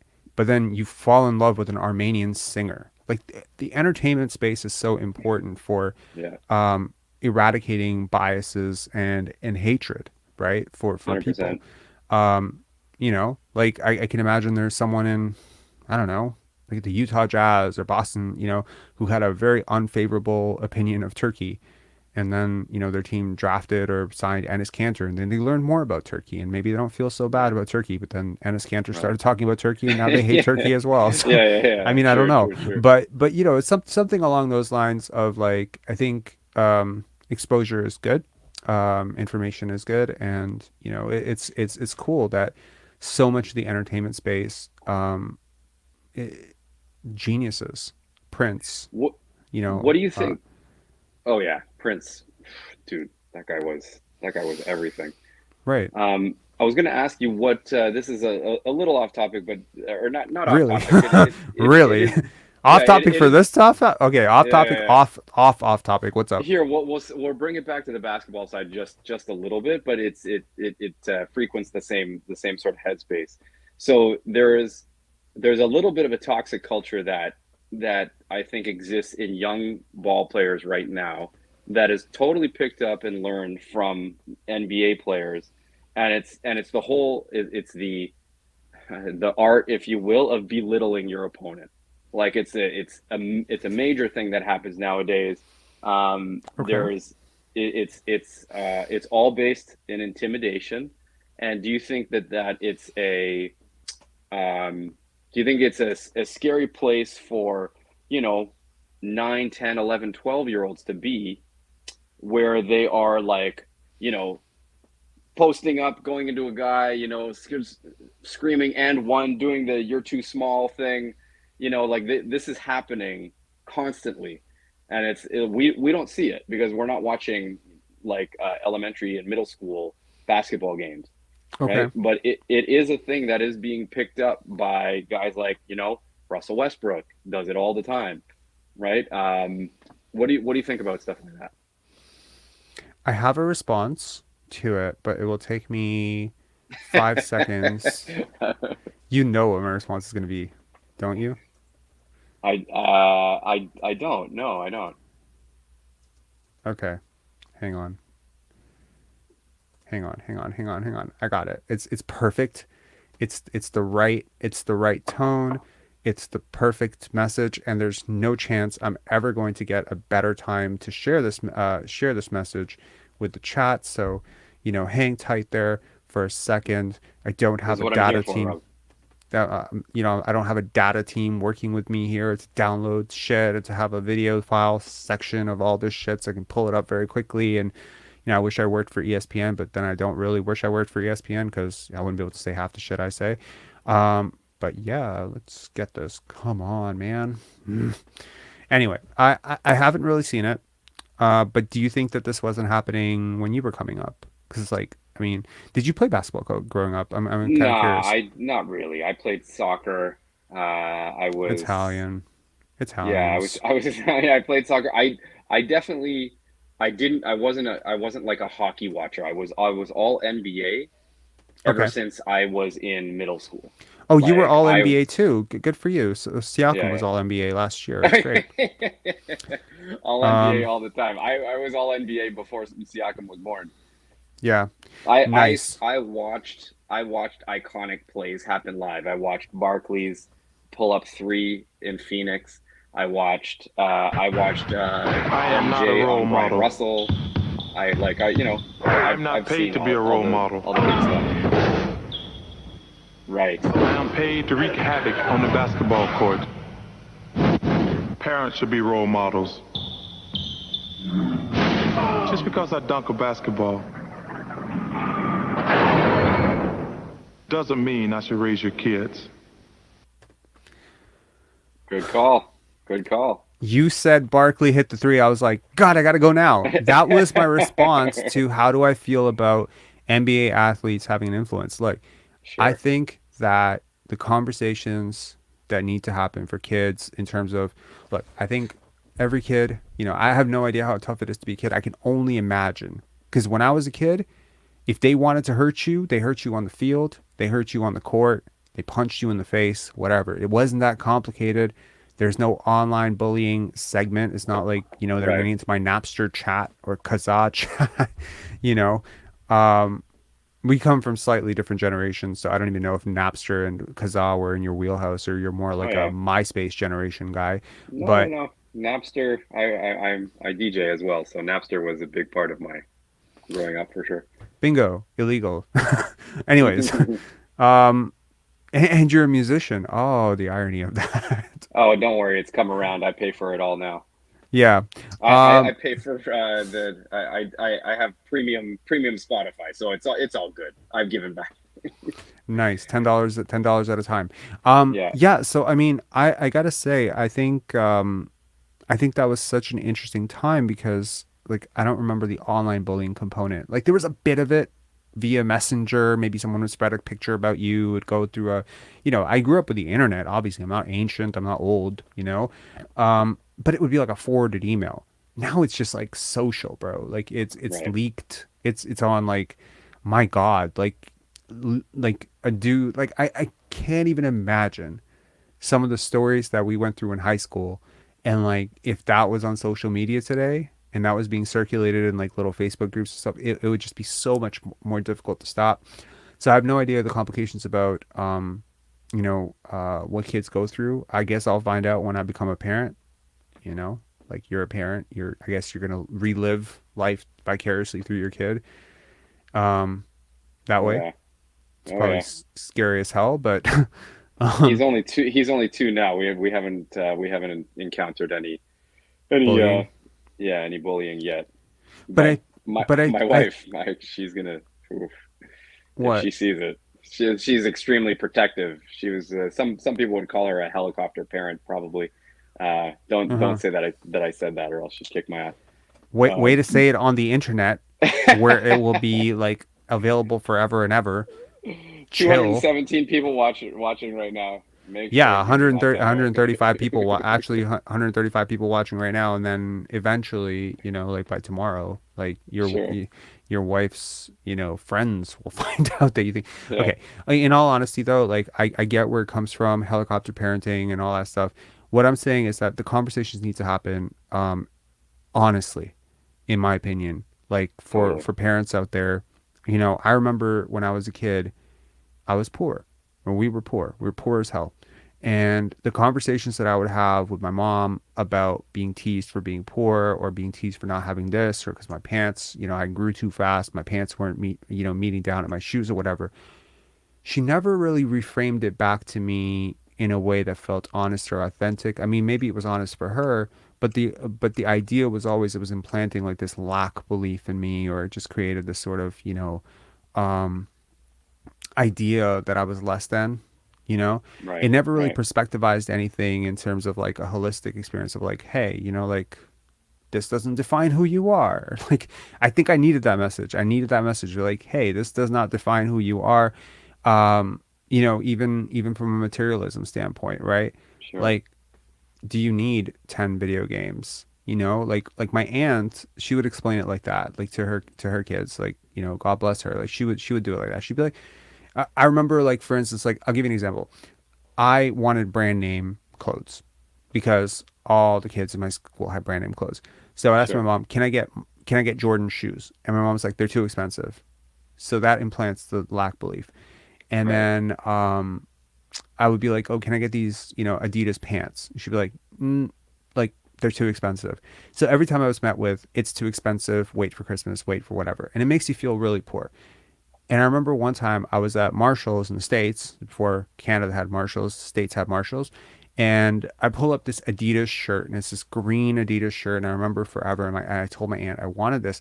And she said, great, let's get it for you. And then we had a dinner party, and I wore it to a dinner party. Like, what the fuck's wrong with me? Adidas. I was just so excited. You know, my poor ass had a brand name shirt. And, you know, typically I just had a lot of hand-me-down, you know, clothes that weren't brand name. And my aunt, she humiliated me so hard. So toxic. She clapped when I walked down the stairs. She clapped, and there's like 20 people there, and I was just like, why are people clapping? And she's like, clapping. She's like, oh, come meet my nephew. He was just signed as a brand ambassador for Adidas. She's like, tell us, how much are they paying you? And I was just like, what are you talking about? She's like, yeah, you're like a big walking billboard for Adidas now. You have a big Adidas logo on your shirt. Like, how much are they paying you? And I was just like, I'm not paying anything. I bought this. And she's like, you're a walking billboard. Oh my God. And it was so embarrassing. It was so humiliating. And I'm not advocating that anyone ever do that to their kids, because it was traumatizing as shit. But message fucking received. I have never cared about brand names after that day. There goes your phone. Sorry. Yeah. And to be honest, I can't say I've never cared, but like that was the day that I think my brain started shifting away from, oh my God, like, you know, brand name this, brand name that. I gotta have the latest Jordans. I gotta have the latest this and that. So yeah, I think that's pretty important. That is crazy. No child should be put through that. First of all, yeah, please don't do that. Please don't do that to your son. But I am saying that she gave me the truth, and that was the truth. And I guess, like, I wish she could have done it in a kinder way. You know what I mean? Oh man. Oh no. These are my sons. so you know, we're definitely. You're going the other direction. Yeah, we're going the other direction. I was just like, I couldn't pass them up. I'm like, his first pair of Jordans. I have to get them for him. I'm sorry. So. You know, cool. Yeah. I'm hoping he's not getting shamed. No, of course not. And I mean, look, like, I come from a neighborhood where people, you know, I hate to say this, obviously you don't come from that neighborhood, so I'm not putting anything towards you, but like we came from neighborhoods where people got shot for their Jordans. Sure. You know, people got stabbed, mugged for their Jordans. It was crazy. There was this pair of Michael Jordan shoes that came in a briefcase. I don't know if people remember them. I don't remember what name they were, but like, I remember a friend of mine said that he got stabbed when he bought that. Someone tracked him from when he bought it to when he got on the bus to when he got home, and he got stabbed on his way home. And I was like, bro, that's fucking crazy. These are shoes. Like, why are you getting stabbed for shoes? It's just the aggressive branding and the extreme markup on the price, right? Like, I think those shoes were like 300 and something bucks. They came in. It was the Jordan 17s. Yeah. It was crazy. That's anyway, crazy. Yeah. Congratulations to your kid for getting Jordans. That's really cool. And congratulations to you for getting him Jordans. I for not being able to resist. You know, it's cool, man. Like, it's definitely cool. And I think, you know, to anyone out there, like, who's kind of struggling with money or whatever, maybe like in a doldrum of financials or whatever, I attended a lecture when I was 16 that changed my life when it came to money. And from that day to this day, I've been in a completely different stratosphere when it comes to money management and just mindset about money. And the thing that he said to me that changed my life, he shifted my biggest misconception about life. My biggest misconception was people either, with money, you either have it or you don't. You're born into it or you're not born into it. You're either taught it or you're not. And he said the biggest difference between rich people and poor people is what they buy. Buying habits, spending habits. And so while both poor people and rich people can both buy Jordans for their 2-year-old, right? The poor person will spend 60% of their check on it, whereas the wealthy person will spend 0.01% of their check on it. And then the difference being that he mentioned, he's like, that the wealthier you are, the more likely you are to buy things that actually appreciate in value. Whereas if you're poor, you tend to buy, over invest, over leverage into things that that are going to depreciate in value constantly. Sure. Jordans, you know, clothes, furniture, new furniture all the time. I remember my aunt was in welfare, like welfare, government housing, whatever. Didn't stop her from changing her couch every fucking year. Wow. Threw out the new one, old one out, new one in, old one out, new one in. I'm like, yo, how many times do you want to do this? She's like, the couch gets dirty, it gets old, I want a new one. And it's like, all right, keep living out this life, man. Jeez. Yeah. We gotta teach them how to save up for real estate. For sure. I mean, it's just about balance. You know, like I don't envy wealthy people, but like it's pretty cool to know that they could potentially, I don't know, get like a new car with 0.02% of their yearly income. Sure. Whereas for some people it's like, oh, this is going to be like, this is different. You know, we have to change how we eat to afford a car. It's an important one. Arima Babe saying golden nuggets tonight. I agree. We've touched on a lot of cool topics here. I had a feeling this chat might go in this direction when you decide to come on, so it's cool. We got really deep with Mo about basketball, and we got really deep with Vince about life. Any parting thoughts for the night before we call it a night? I'm definitely gonna go check out the highlights of the Golden State Portland game, because Golden State waxed them and Portland was up like 20 at some point in that game. So there was obviously some crazy shit that happened. Did you see Dame 71? I did. I was watching. I probably started to watch at around half because he had how many did he have in the second quarter? It was some ungodly number. I can't remember what it was, but he had some ridiculous number. And like, as you know, I play fantasy basketball, and Dame was playing against me that night. So I was just like, please stop. Oh no. Please stop. And he just kept pouring it on. And then the basketball appreciator in me at some point took over and be like, okay, keep heaving these threes. I want to see him. I thought he might get close to Kobe. 81? Yeah. Someone's going to do it, man. I'm telling you, someone is going to do it. That bridge, there's 81 and there's 100, okay?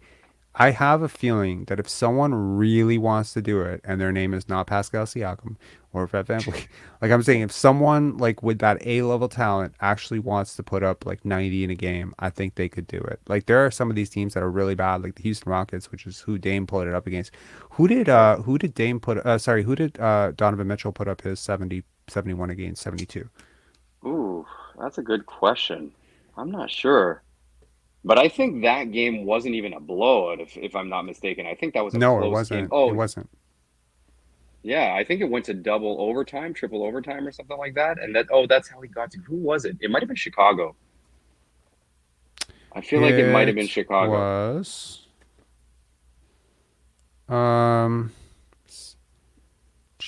yeah, it was the Bulls. 71 points. Right. 71. Yeah. But Dame did it in regulation.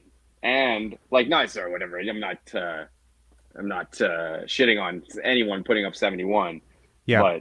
But I'll take your point a step further and say I think it's going to be Dame that does it at some point in the near. Yeah. I mean, that guy, just when he gets hot, he can't miss. Like, you probably didn't watch the All-Star game, but like, of course I did. Oh, you did? Yeah. I did. He casually big ups to Jason Tatum. Yeah, of course. He casually walked into a beyond half court three. I saw it. Yeah. It's just like how. But Steph can do that? Steph can do that easy. Yeah. I guess so, man. They don't call him Logo Lillard for nothing, though. But I mean, in all honesty, like I've seen, like way back when, I've seen Damon Stoudemire hit those. I've seen Del Curry hit those. I've seen Mo Pete hit those. So, like, you know, like when you watch NBA players practice, you see them like hit those shots all the fucking time, and it's weird. But yeah, to do it in a game, an All-Star game, it's pretty impressive. We've got players airballing 24-footers. Airballing, missing the rim, clear, left, right, over the backboard. We got Fred VanVleet putting up layups which are touching the top of the backboard and the score and fucking the shot clock before they touch the rim. And we've got logo Lillard pulling up from 45 feet, 50 feet like it's nothing. I mean, there are gaps. There's talents for sure. It's crazy. This is the shit He's is never so going to good. get old. That one woman who called Pascal Siakam Pascal Shaquem.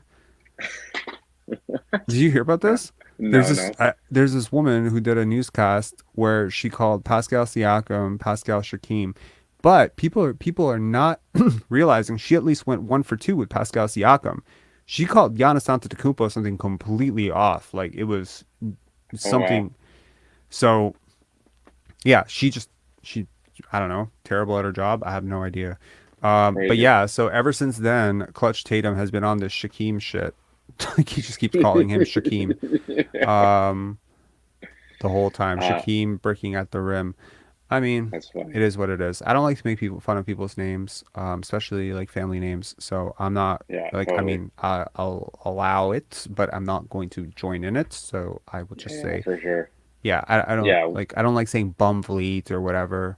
As much as like, you know, I really wanted to call him Air Blanky or whatever that thing was. Like I said, you know, I created a nickname for him.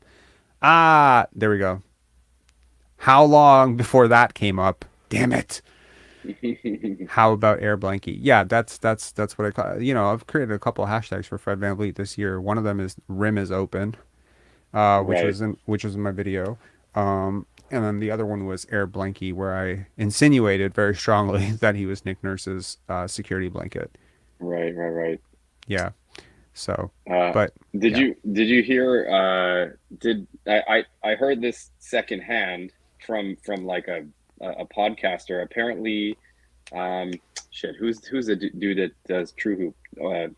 David Thorpe. Yep. He said something like the Raps should maybe think about firing Nick Nurse. Did you hear that? Am I not the podcast that you heard that from? Oh, maybe it was. I shit. No, I That's mean, hilarious. All the Raptors okay. YouTubers are blending together. Yes, I played the True Hoop podcast on the opening of one of our lives to share. Yes, that they. Ah, damn. I look. Yesterday I was telling somebody in terms of like content creation for this team, like going into the summer. I'm very excited. There's like as much as people have tuned out now. Like I can sense it. I can see it in the views. I can see it in the engagement. I can see it in the number of people who are commenting.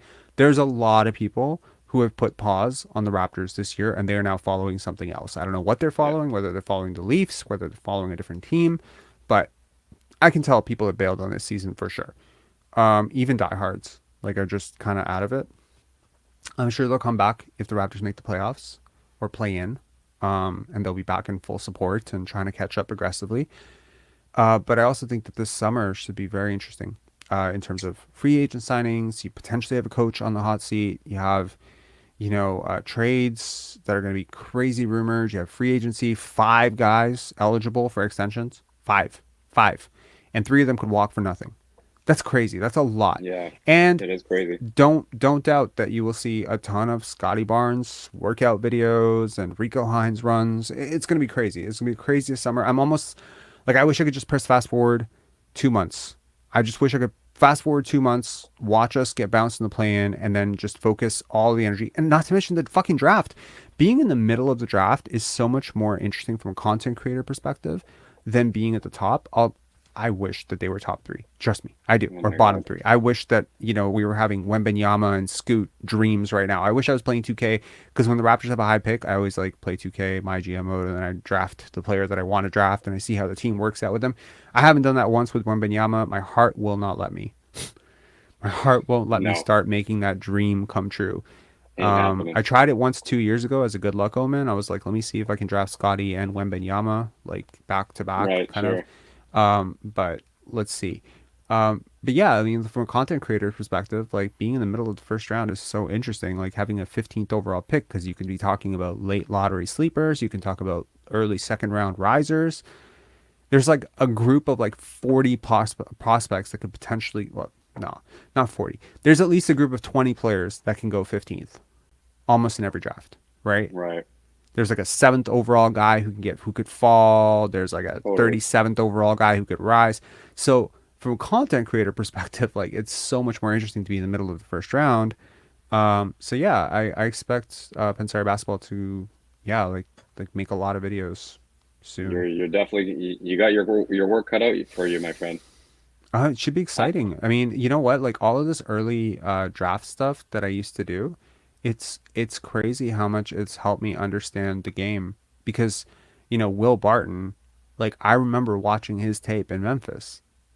Like I'm familiar with the player I see today. I remember him in college. I right. remember the things that scouts were saying about him. To track the draft and to cover the league is like to have a very holistic perspective on basketball, which allows you to just be way more informed.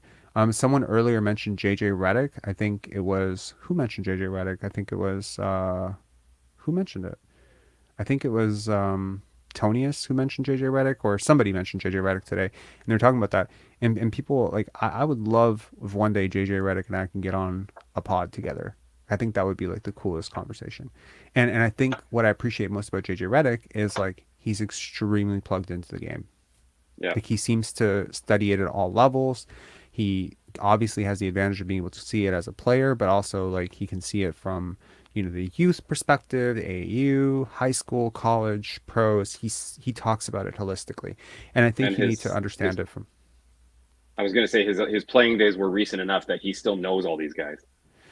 that's a really big part of it. Yeah. Yeah, He does. He can plug into and all of these guys have links to other guys and he's youthful enough, young enough, I guess, like hip enough that he's not polarizing, that he's, you know, he's not going to lose access to yeah, players. I'm sure that he could potentially grab access to Scottie, even though he's never really talked to Scottie. I'm pretty sure he can grab access to Scottie through Pascal or through Fred, you know, because he knows those sure, guys. So he can always plug himself in that way. But I think he's also deeply intellectually curious person. Like for the yeah, most part, that's what I gather from him. Like he's trying to evolve his understanding, he's trying to learn, and he seems to really deeply love the game. And I think it's yeah, personally watching Michael Jordan and Magic Johnson sort of fail a little bit as executives has given me a deep appreciation for any player who can transition to the second, like to their post career and thrive in that role. right. Like, so I have a tremendous amount of respect for Charles Barkley because he can not only play the game, but then he can also, you know, entertain. Like as an analyst, he's Sure. hilarious. That's a fucking talent. Like he's worth every penny he's getting because he's pulling in those dollars. And I think about guys like Danny Ainge, you know, like a guy who can just go from playing the NBA, playing Major League Baseball, and you know, being this amazing freaking GM. It's incredible. I just have a lot of Yeah. respect for anyone who can transition in life. It's cool. Sean Stevenson Ainge. saying cover some cover some March Madness, Rob. I don't know, man. I have to focus all my energy in the next 2 months on the Pendance Film Festival. I'm gonna be on that. We're still looking for a venue. Have you been to the Paradise on Bloor? I'm sure I have a while Yeah. ago. Yeah. Yeah, I think we're gonna be there, or we're gonna be at the Fox in the East End. So one of Oh, those nice. two. Yeah, we're probably not gonna be at You Tip get Light Box this year. for sure. Yeah, give your listeners the heads up on that for sure.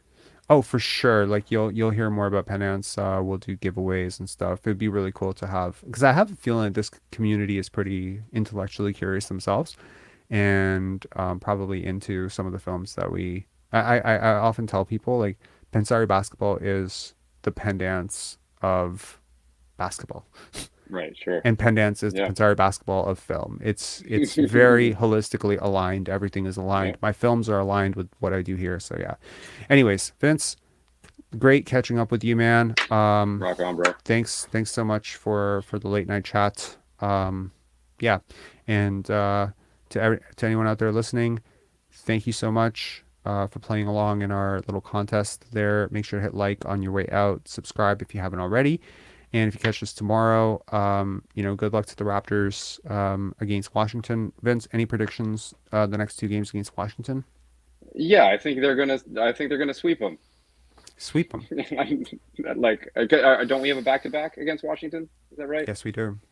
Yeah. So I think they're gonna take both those games, and I was I was hoping that I was hoping that they would lose these three because they're the exact Yeah. opponents they need to lose against. Clutch But Tatum's whatever. asking, when is Vince giving out a guitar performance? Oh shit! That was Are we getting next live. requests? Yeah, next live stream where we're taking requests. Maybe All right. I'll play some Prince for you guys or something. Oh, that would be awesome. Okay, cool. All right. So you guys are gonna hold Vince to that. I'm sure one of the 120 people who are still here will be there then. You just remind me in case I forget that Vince agreed to do a live performance for our live, which is very cool. Nice. All right, Vince. Thanks a lot for closing out the chat with me, man. Appreciate it. Cheers. Yeah, bro. Anytime. Take Cheers. care. Yeah. We do have one caller waiting, who was there but now has left. Which was Mario, but he's now gone. So I guess we cannot bring him on. Okay. All right. Have a good night, y'all. Enjoy, and thanks for sticking with us 3 hours into this. If you want my thoughts on Will Barton, I condensed our 1 hour live today into a 19-minute succinct. If you want the too long didn't read of it, I don't think it moves the needle for us. Anyway. No, Marco is gone and he's been gone. Mario is different, but ironically somewhat similar. All right. Have a good night, guys. Cheers.